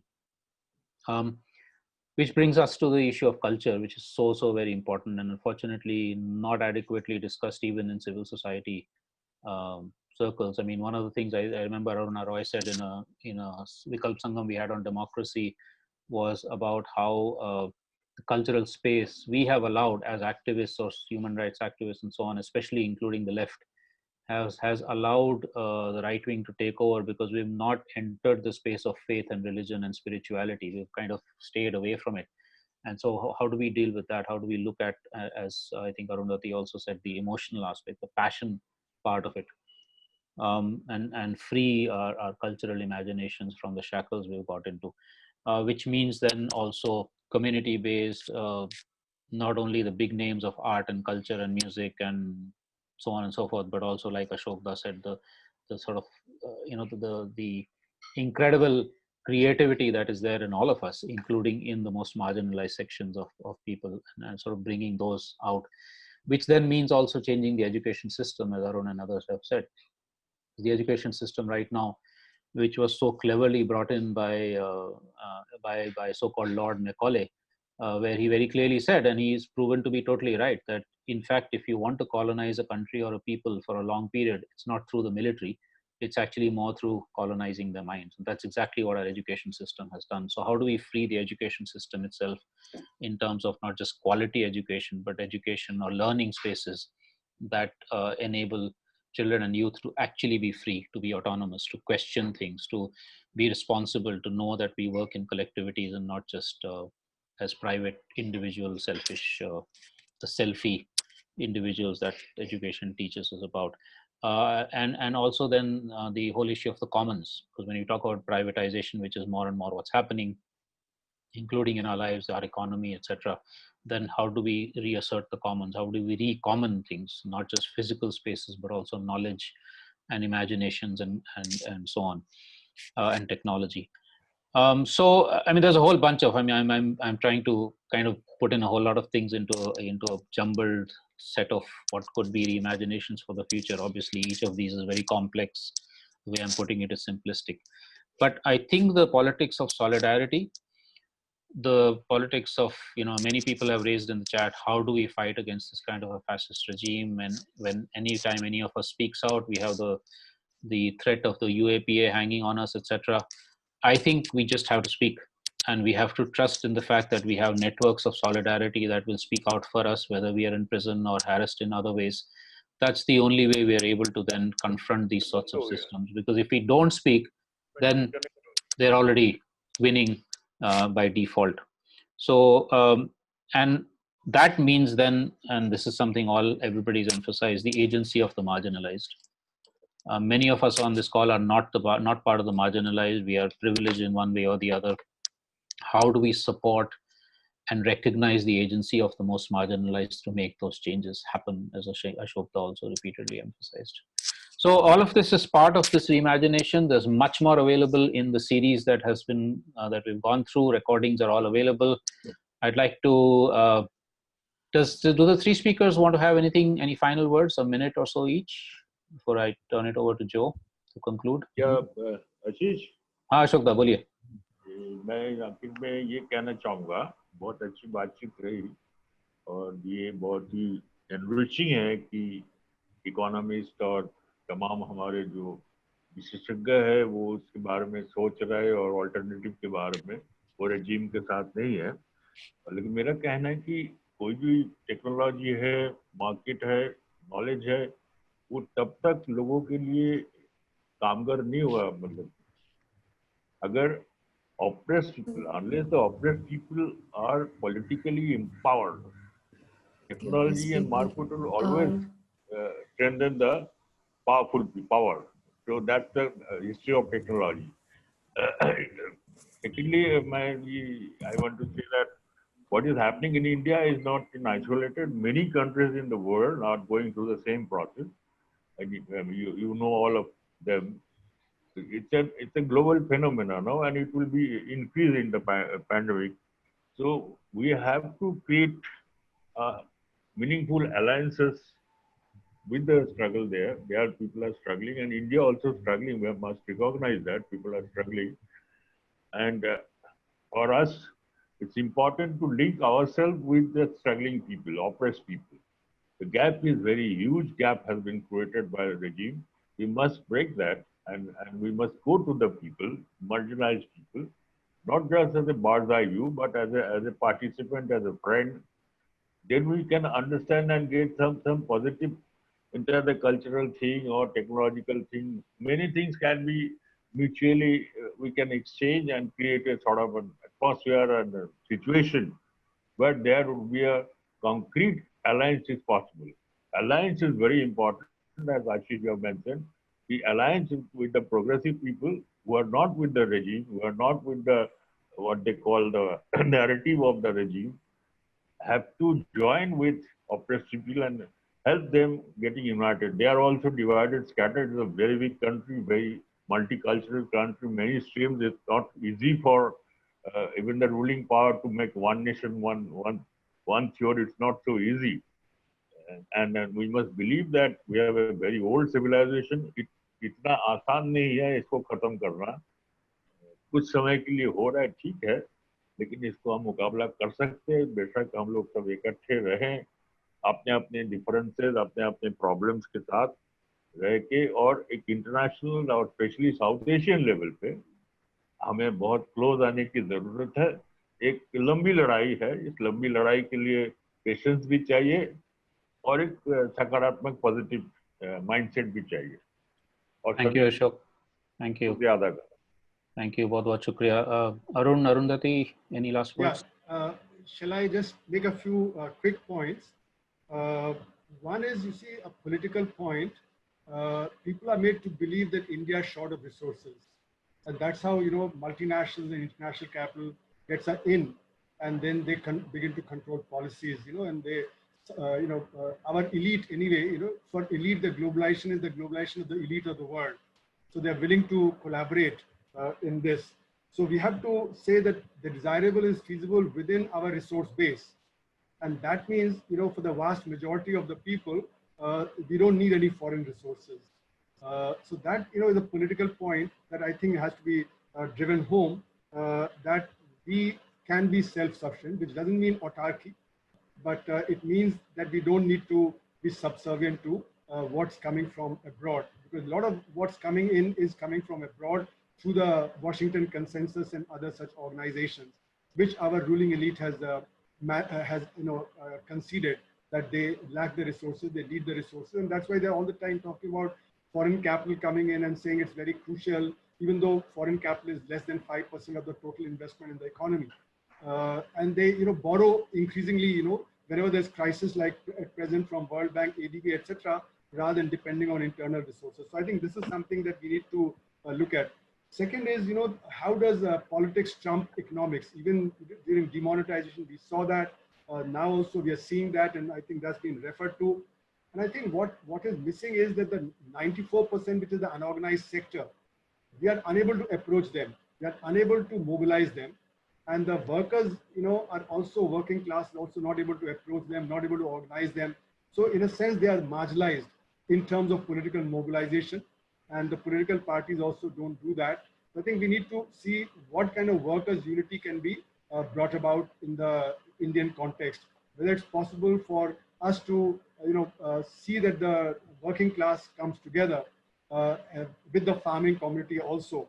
So the nature of movements, which will change the social and economic and political consciousness, that we have to think about. And I think that's, not being done enough. What kind of socio-political economic movements are needed to bring about this unity that is needed if we are to change things and if we are to talk about an alternative.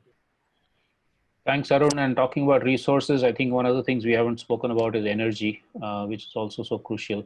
So there's all this thing, that there's this much demand of energy, so we have to have that many more thermal power stations and that many more nuclear stations, etc. And even solar and wind is becoming destructive because we don't actually question the demand itself. So the whole issue of resources also relates to what do we think of as development and how much material and energy consumption and so on. So thanks for that point. Arundhati? So I was thinking about the ideas of solidarity and why is it that in this country, solidarity, even among the working classes or amongst farm workers or other local organizations is so hard. So obviously one of the reasons is caste, and that is something that has just not been properly addressed and is today becoming a situation where जैसे हम कहते रहते हैं कि we are living in a majoritarian government, but inside that majoritarianism is the minorityism of the dominant castes, whether it's in the industrial, whether it's in the bureaucracy, whether it's in the parliament, and so on. And why has the government attacked the Bhima Koregaon movement and now the anti-CAA movement with such viciousness?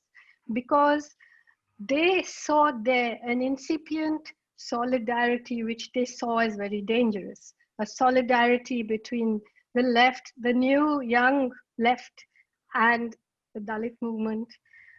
In the anti-CAA movement, they saw solidarities emerging between the left, between Muslims, the left, and certain sections of the Dalit movement. And this is why the crackdown has been so terribly strong, So we have to work towards understanding how insidious is the ways in which caste works in modern India today, and the ways in which sometimes NGOization works in modern India today. Jaise, like when I went into the forest in Bastar, or in the Narmada movement, you encounter women at the forefront of movements against displacement, against big dams, against the takeover of Adivasi homelands. You had the Krantikari Adivasi Mahila Sangathan in Bastar, where there are 90,000 members.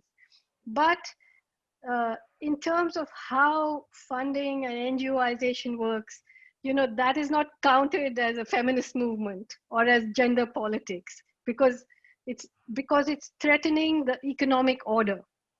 So I think for us to make anything revolutionary, we have to work at these very ancient divisions that have been put in place to make sure that there never will be any solidarity between oppressed people.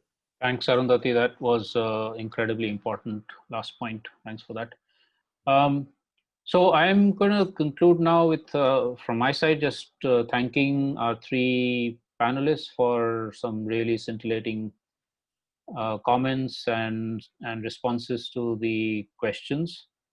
And I think there's a lot that we can kind of work on collectively on the kind of thoughts that have been expressed by them. Also, thanks to all the participants, 100 and something of which have still stuck on, though it's well past lunchtime.